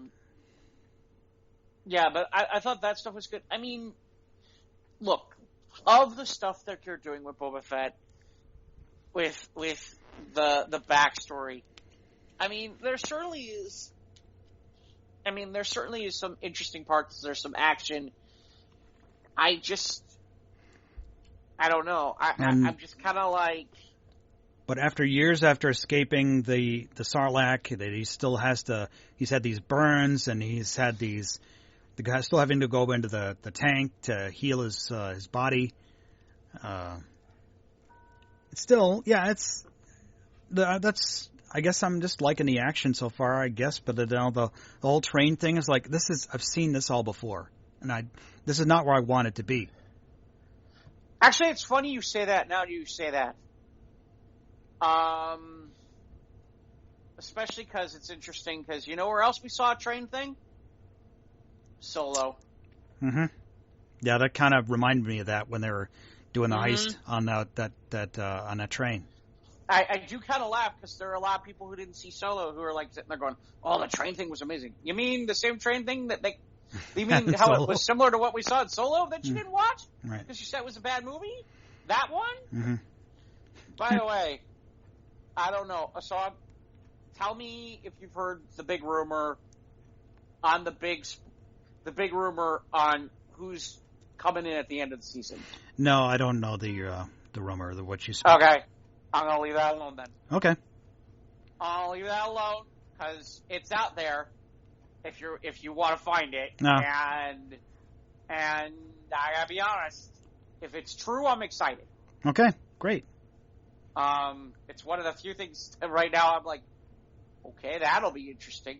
Oh, and apparently that Wookiee, see, here's again, perfect example. This is where Star Wars does it poorly. Okay, there's a black Wookiee. Ooh, and apparently he's works pretty for badass. Jabba. And he's pretty badass looking. Well, apparently he's in the comics. That's what I immediately found out the day after I watched that episode. That this Wookiee has a backstory. Right, and I'm like, how are we? It's like, oh, you're supposed to know these things. No, I'm not.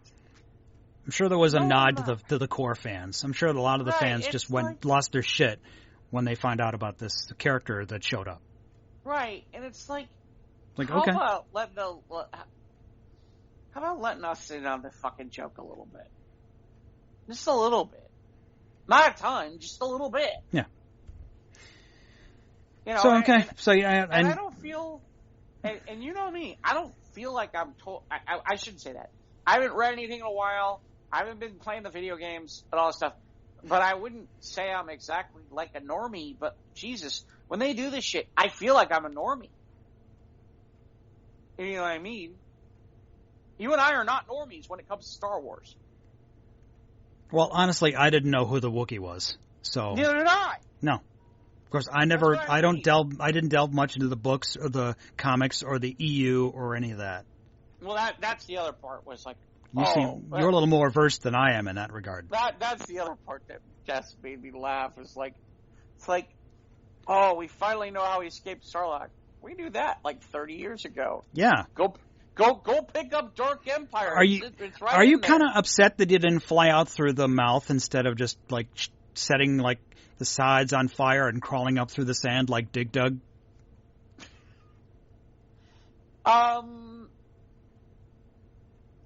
I don't think so. I just kind of laugh because it's like it was far more graphic what he did in the comics, where literally they show him blasting his way through there, like with like flamethrowers and all that shit. Yeah, and literally having to crawl out. Yeah, it was a lot more graphic than what we got. So I'm like, okay, if you say so. And people are like, well, that's not canon. I'm like, yeah, but they practically stole it. And they have the right to do that, but I do laugh when people sit there and go, oh, we finally know. No, we don't. We've known for years. We've known for I looked it up. Dark Empire came out in like 1982. I mean, not 1982, 1992. Or 1993 or somewhere like, that's like 30 years. We've known for a long time. Sorry, it's just that's the stuff where I'm like literally like, are you fucking kidding me? And we got a bit of Fennec Shand in Bad Batch. She was represented in a limited capacity towards the end of that first season of Bad Batch. Which I don't know if we're going to get that more of that this year or not. I'm not sure, but I just want to. That's what I'm looking most forward to, is to getting more backstory on her. I mean, we know enough about Boba. It's cool that we're getting these flashbacks that he's still, about his father and getting his armor. He lost his armor. The last tie to his father is his armor. Yeah. And then. Even when we knew we were going to lose his armor to the Jawas, because the Jawas pissed me off so much in episode 2 of the Mandalorian when they stripped his ship up. I was like, you fucking Jawas! Let's make it getting so mad at the Jawas. But yeah, it's nice that we're getting these flashbacks with Boba, but back to growing up on Kamino, and all the, holding his father's helmet, But I want to see more of Fennec Shand. Yep. So, but also I'm still I'm still in.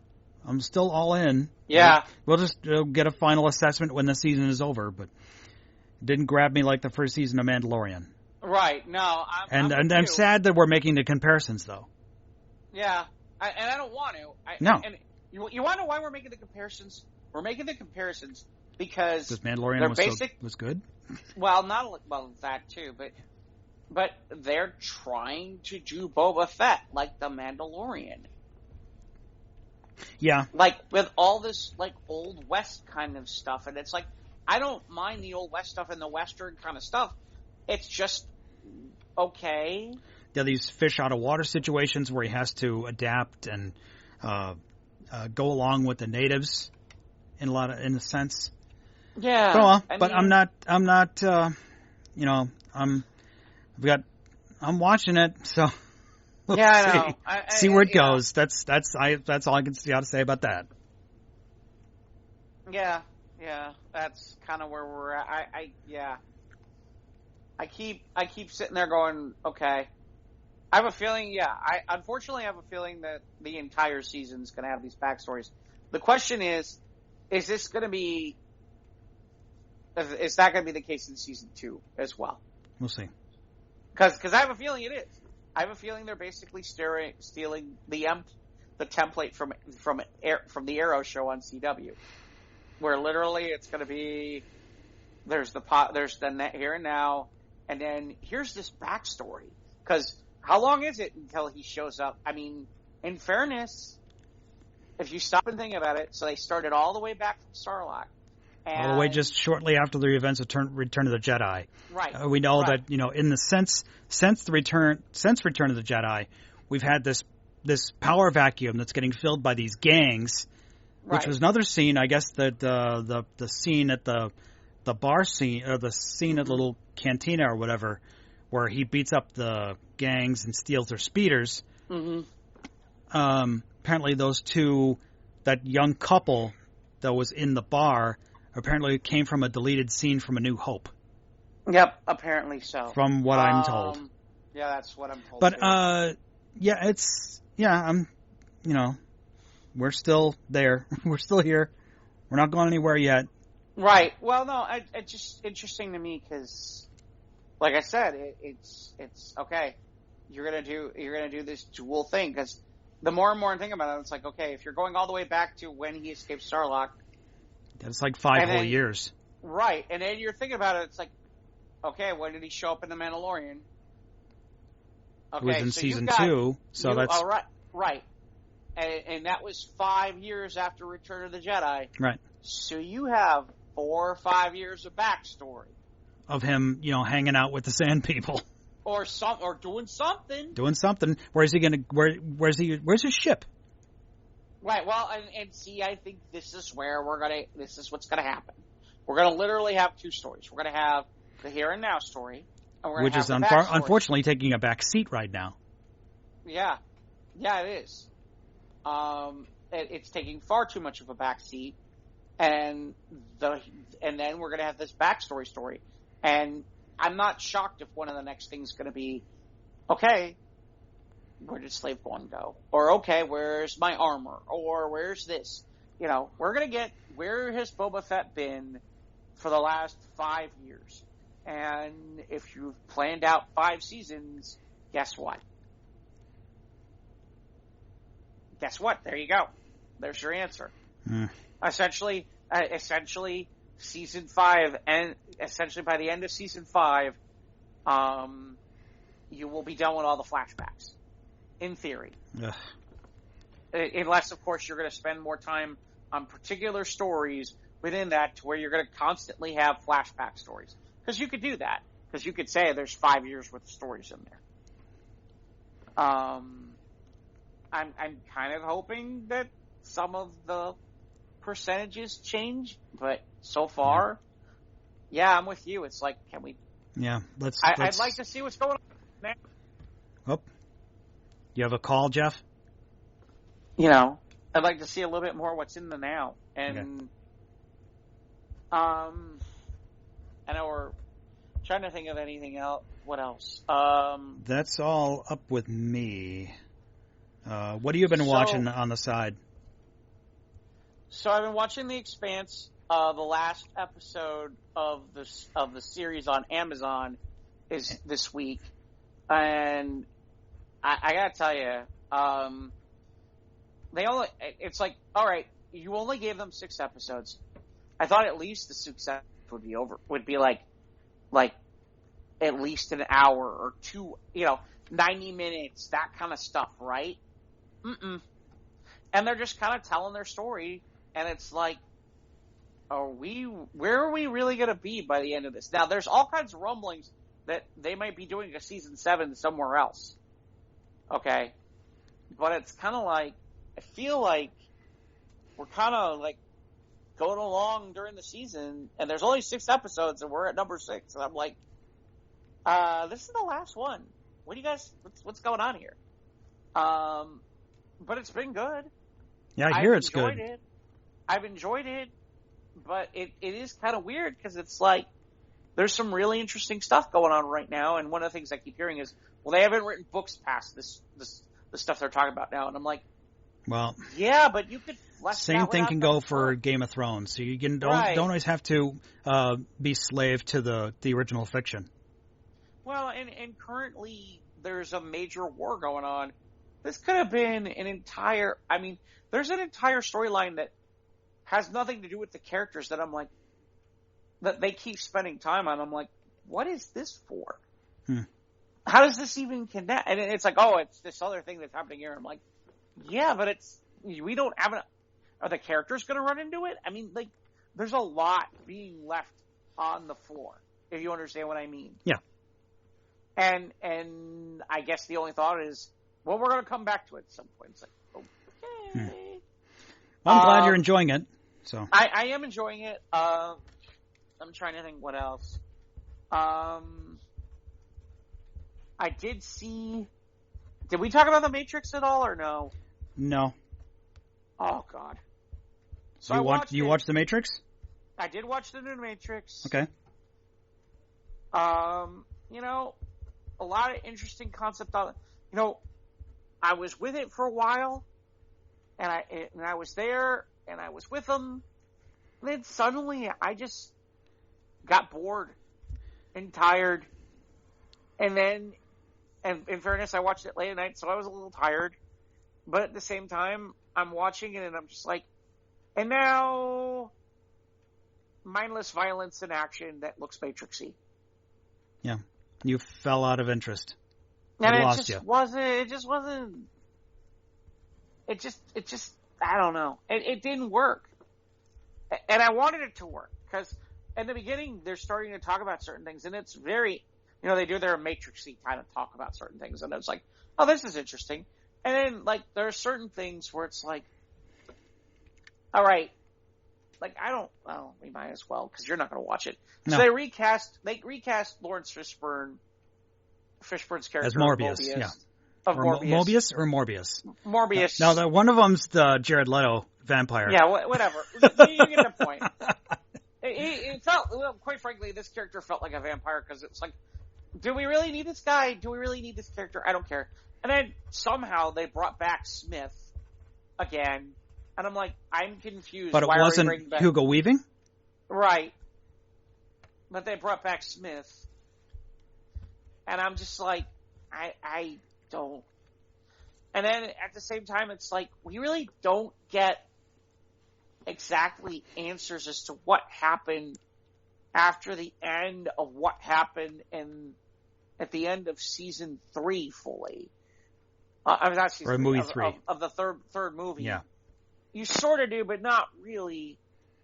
I don't know. I just was, it just, yeah. What do you give it out of 5, yeah, mans? Maybe 2.5. Okay. If I'm being nice. And I'm being nice because at some point I felt tired. This may come as a shock, but as a sci-fi geek nerd, I've never watched the Matrix movies in their entirety. The first one. It's good. I heard the first one is good. Everyone says the first one is good, and then there's varying levels of meh in the other two. And now with this one, it's not getting decent. Yeah. The second one, the highway scene is phenomenal in the second one. That's a good scene. That's where you have some good sequel budget going on there, right? Right. No, and that's well done. Yeah. It's really well done. Okay. And it's impressive, and it's really good action. Right. Well, I'm sorry that this one didn't live up to expectations, and I think your sentiments are correct with this. Yeah. So I didn't have super high expectations. I just wanted it to be decent, and I don't know that I would put this at decent. Yeah. Go on. I did see the Being Ricardos on Amazon. Oh, with what's her name? Keith Urban's wife. What's her name? Nicole Kidman. Yeah. Mm-hmm. With Nicole Kidman and what's his name? The guy. See, now I'm going to do it. J. Jonah Jameson. J.K. Simmons. Yeah, he's in there playing Fred. And neat. I can't remember who's playing Ricky. First of all, it's Eric You mean Sorkin. Desi Arnaz? Yeah. The guy who's playing Desi Arnaz who's playing Ricky Ricardo. Yeah, right. Well, the point being is I can't remember the actor at the moment, but they're all very, very good. And I heard it was okay. No, it's solid. It's a solid movie. It really is. I feel like I will say what I thought was interesting because it's a Sorkin movie, and anytime there's a Sorkin movie, I start to drool. But he has. So Sorkin did a show called Studio 60 on the Sunset Strip, and it was him trying to do basically kind of what he did with Newsroom and Sports Night and The West Wing, except but the backdrop being like a Saturday Night Live, and it didn't work. And I feel like, again, here's Sorkin trying to do that kind of backdrop on a show, on like a comedian type show, and it didn't work in those aspects, because there needed to be more comedy, and there wasn't. But I thought the actors were great in it, and I thought it was well executed, and I thought the story was great. But again, it was kind of a little boring at times. It was a little, and it reminded me of the one time I saw something Sorkin that I didn't like, which was Studio 60 on the Sunset Strip, and there's a lot of parallels to it. So there you go. But I still recommend watching it because I definitely think there's going to be some Oscar nominations out of that. I thought Nicole Kidman as Lucille Ball was amazing. I think J.K. Simmons might get a best supporting actor supporting actor nomination for Fred Mertz. For the guy who played Fred Mertz, yeah. Mm-hmm. But I thought all of them were good. I really did. Javier Bardem is the one who played Ricky Ricardo. Oh, okay. And he was really, and surprisingly, because that's not somebody I would have picked, but he was surprisingly good. But yeah, out of 5 man, I give it 3.5. Okay. It'll definitely get some buzz for Oscars. Without question. They'll get some Oscar nods. I did also see last night, I saw The Tender Bar, which is the George Clooney directed movie with Ben Affleck. What's it about? It's like a coming of age story of this writer and his life. And it's funny. The main character is played by the kid who was the main character in Ready Player One. Okay. And is it the kind of movie that's a total action movie? No. It's a good drama. I thought Ben Affleck was phenomenal in it. Again, I think he'll get a supporting actor nod for it. I give it. It was a good movie. I don't know that it was great. I'll give it 3.25. Yeah, man's on this one. It was solid. I liked it. I enjoyed it. I don't know that I would be like, wow, that was amazing. If you know what I mean. Yeah, it was fine. I'm trying to think of anything else I picked up along the way that I watched. That I think that's about it. I can't think of anything. I know this week is kind of a big week for stuff again. All right. Like what kind of stuff? Things and stuff. As well, if like Ivan's not example, here. Yeah. Well, like, isn't Eternals tomorrow? Yeah, the Eternals drops. I still haven't watched Shang-Chi yet, but yeah, I do plan to watch Shang-Chi and the Eternals films. Right. So Eternals drops. By the time this airs, Eternals will be on. Okay, and by the time this airs, Superman and Lois will have restarted, and that new Naomi show on CW that's based on a character from Brian Michael Bendis will have started. Right. Both of those are on Tuesday nights, and then Thursday's Peacemaker. Oh, that's right. Peacemaker's coming on HBO Max. Is that going to be a weekly series, or is it a movie, or is it a season? It's a series. It's a season. Okay. It's a season. Yeah, I'll check that out. So there's that, and then I know you got HBO Max. Did you ever see the original Hitman's Bodyguard with Ryan Reynolds and Sam Jackson? No. And Selma Hayek? No. That's a good movie, and the sequel's now on HBO Max. Okay. I'm trying to think of anything else I watched. There was something on Apple that I watched. Sing 2 is coming out.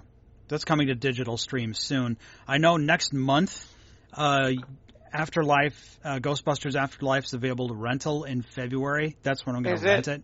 So you can buy it. You can buy the film now for $20. I'm like, I'd rather just pay a $5 rental just in case I don't like it. But I've heard good things about it, and I've tried to avoid the spoilers.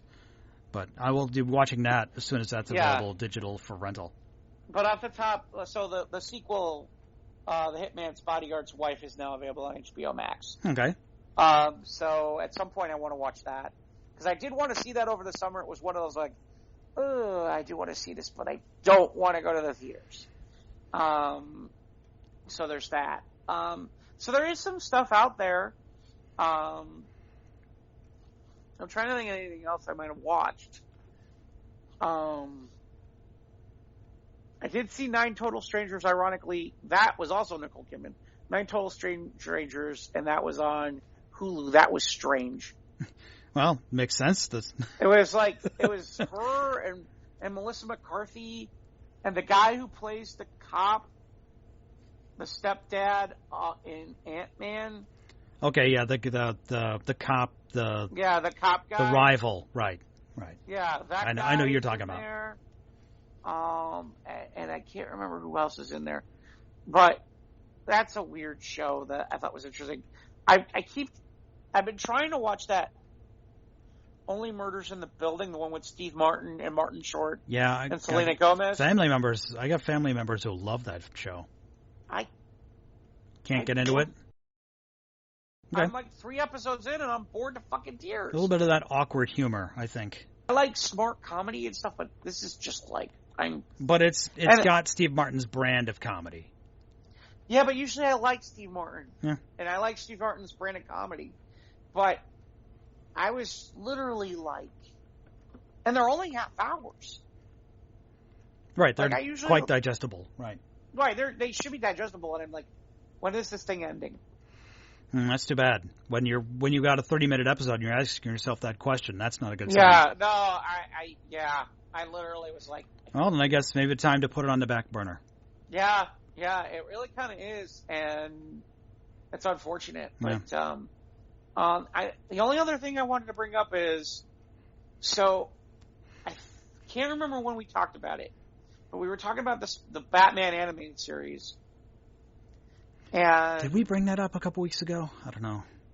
Yeah, there's a new Batman animated series that's coming. Right. Ivan was talking about about why do we need another new Batman animated series, and we got into it, and I happen to know something, but I couldn't say it out that's loud. right. You were the secret, super secret. Yeah. Oh, secret. I've got a secret. And I was sworn to secrecy that I couldn't say anything. Sworn to secrecy. Because I wasn't supposed to know. And the only reason I know is because ironically, like, right after the announcement, like, Word Balloon has Ed Brubaker on to talk about it.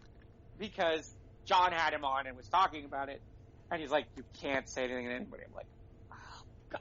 And then we have that conversation on the show. And I'm literally like, nobody fucking listens to our show. No, can't say it. Just in case somebody... I could, just yeah. In case, yeah, especially now that we're on Clubhouse. God forbid somebody wanders in the room and hears something and goes, I got a source. And this guy named Jeff, he said, is this true?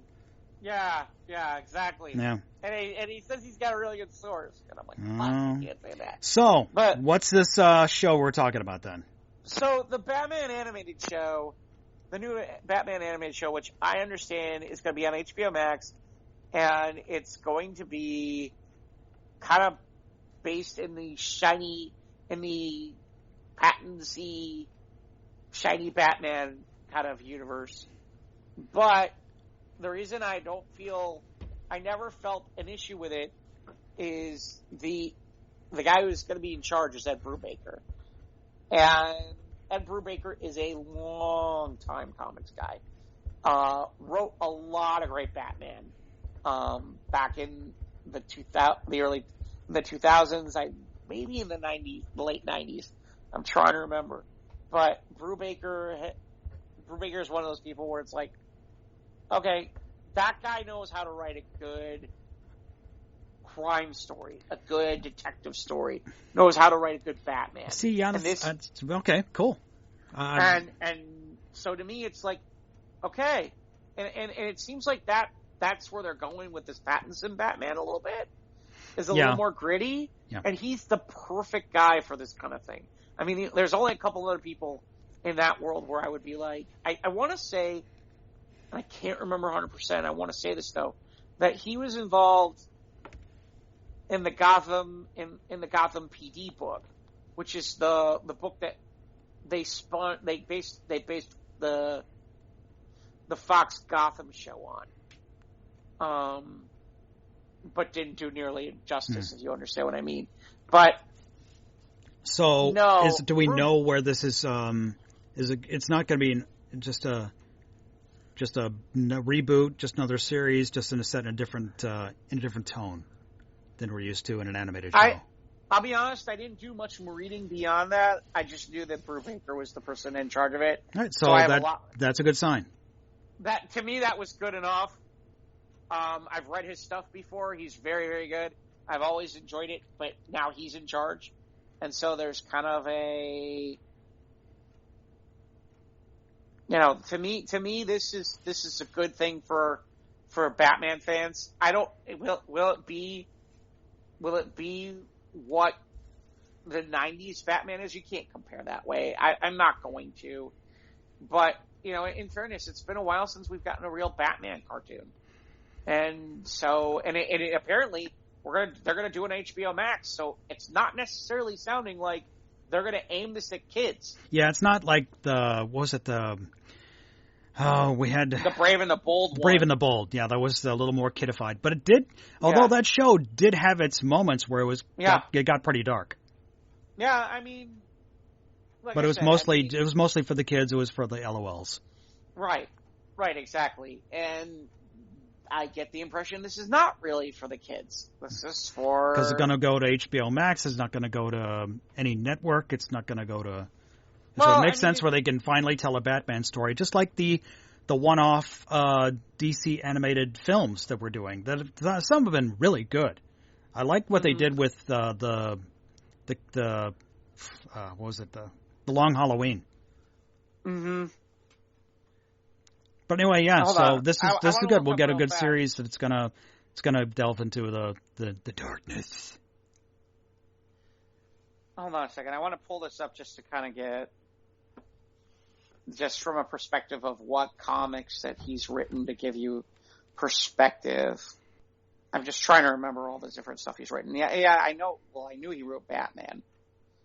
He's had some great runs on Captain America, Daredevil. Yes, Gotham Central. He was involved with Gotham Central. So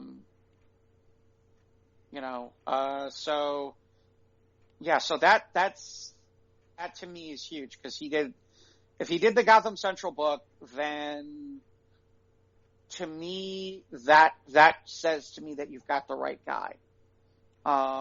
Basically he was writing a lot of Batman in the early 2000s.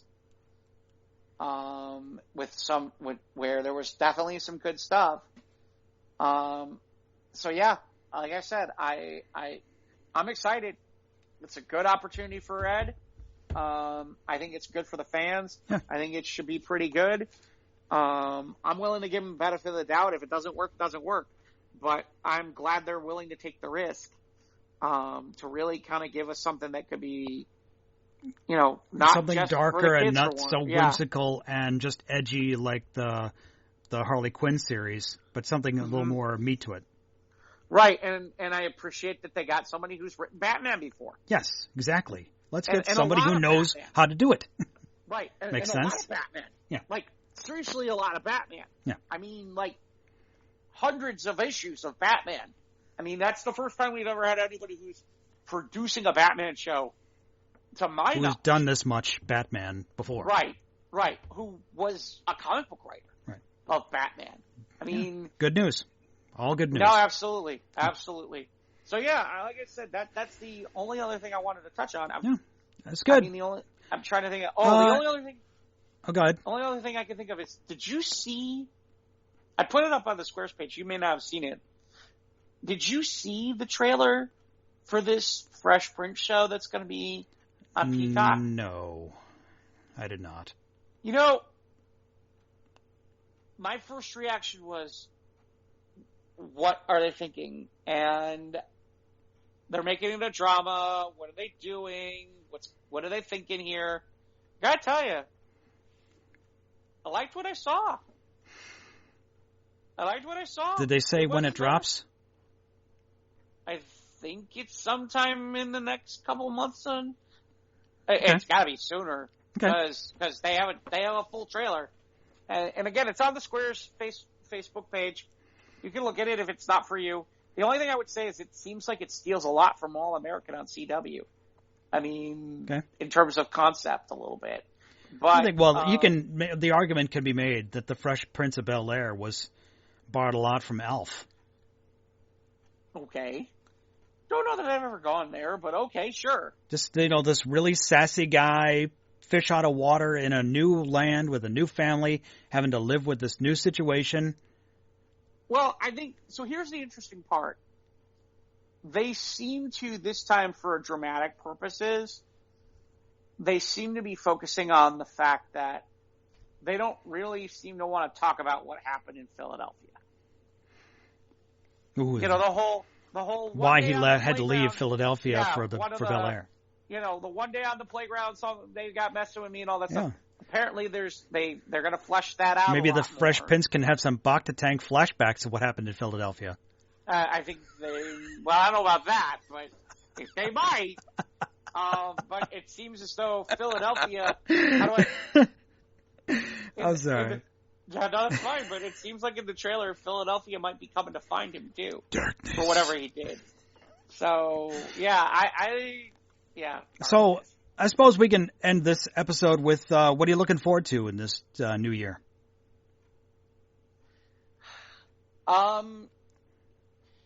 It's funny, because I keep hearing from people that,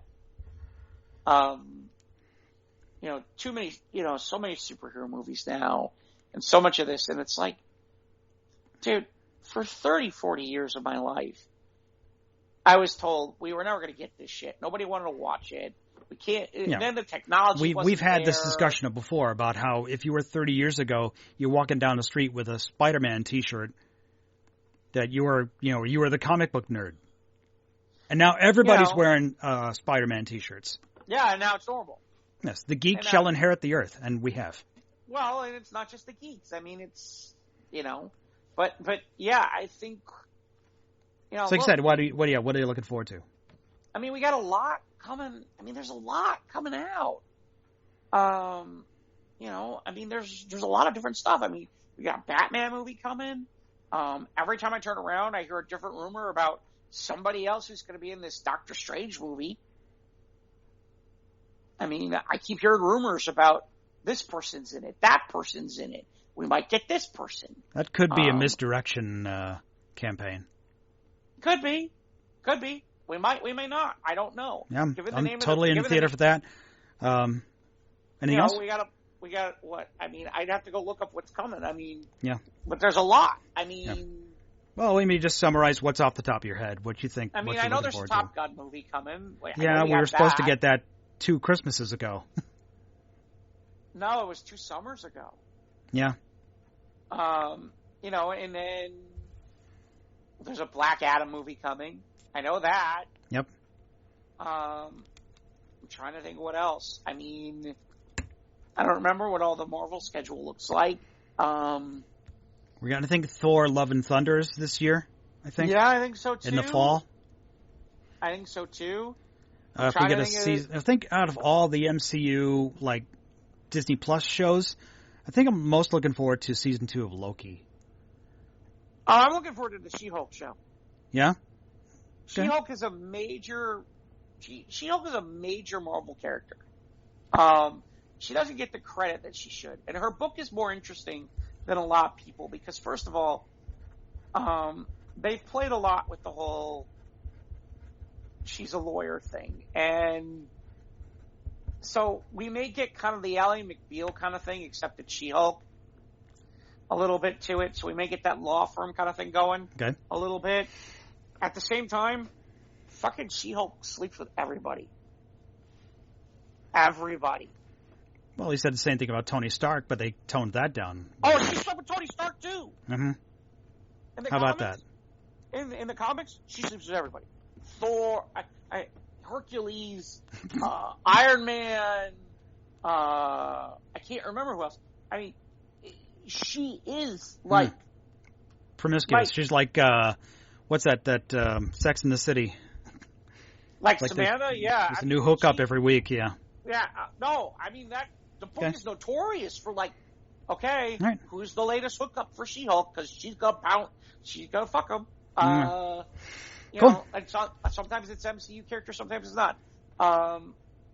So you know, for me, it's obviously Doctor Strange 2. I'm looking forward to season 2 of Loki if we get one this year, and Lightyear.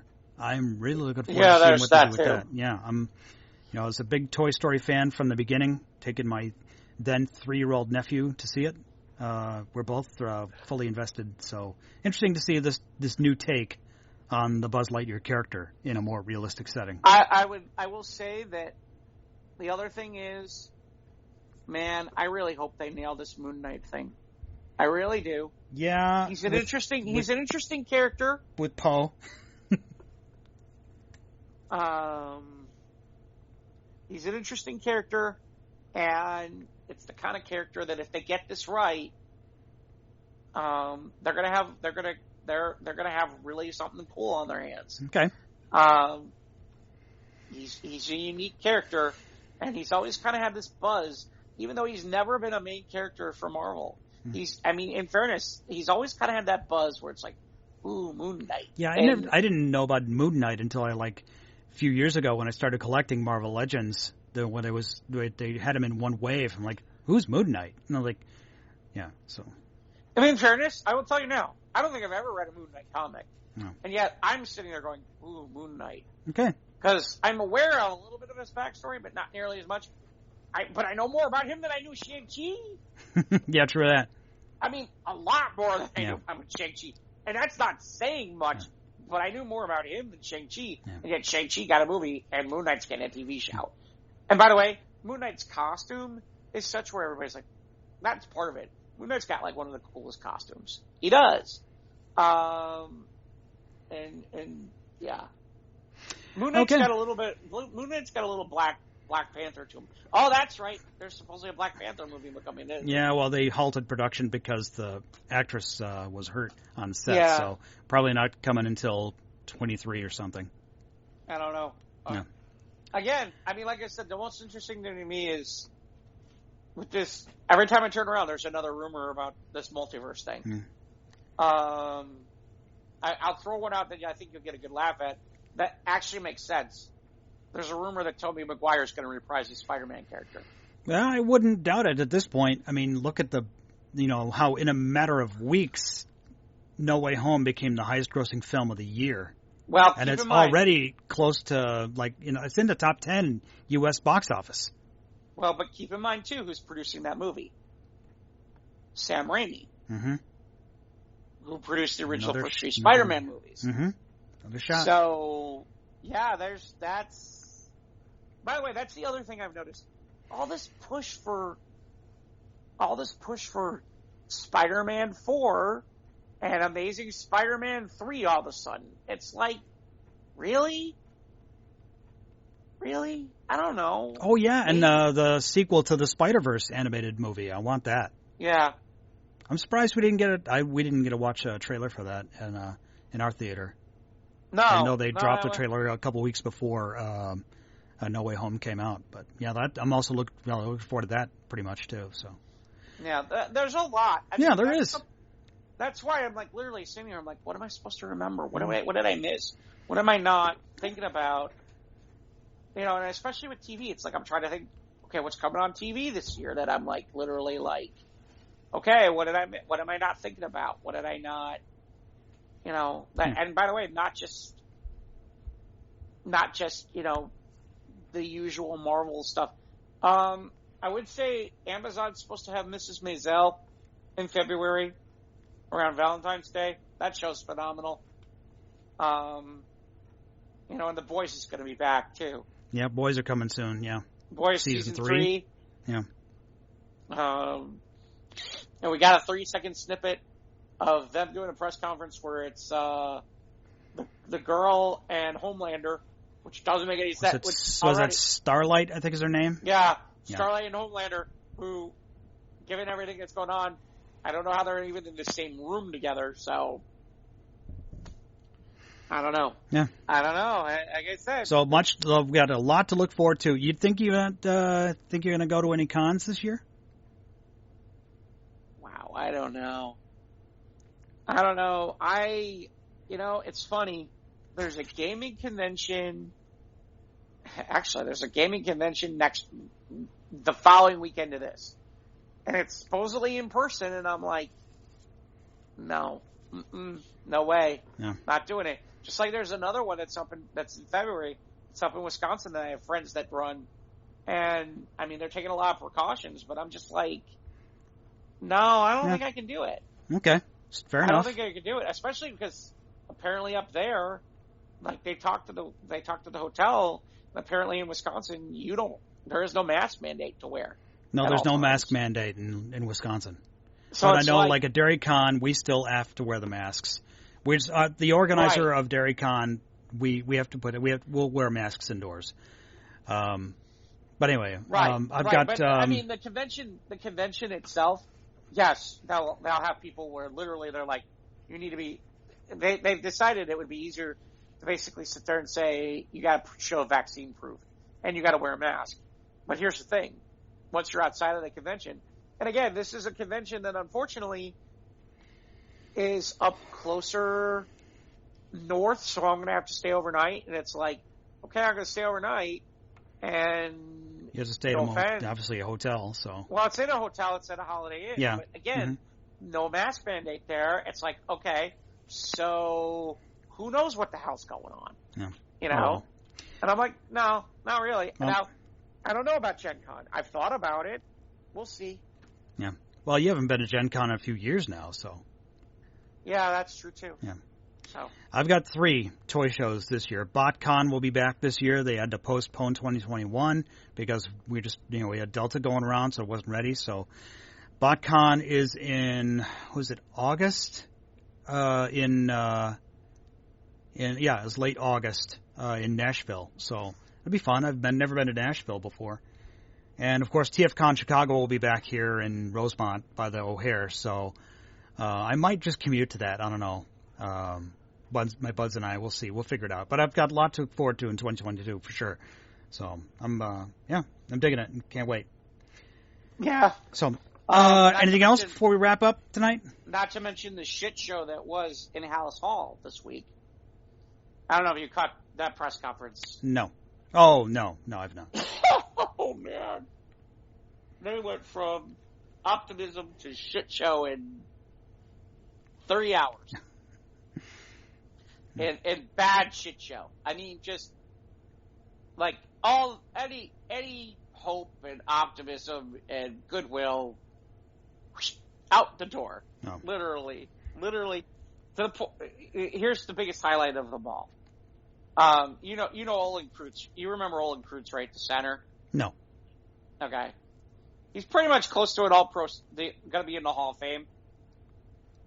Chairman of the board just called him a liar. Good job. Way to help your alumni. Wow. I'm still drinking from that Colts loss the other day though too. I'm like, oh God, fuck me.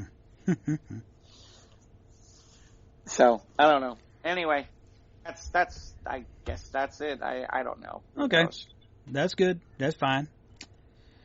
It's all right. We are on Instagram and Twitter at SOTRT Podcast. On YouTube, click the bell, subscribe. You know when to get new content.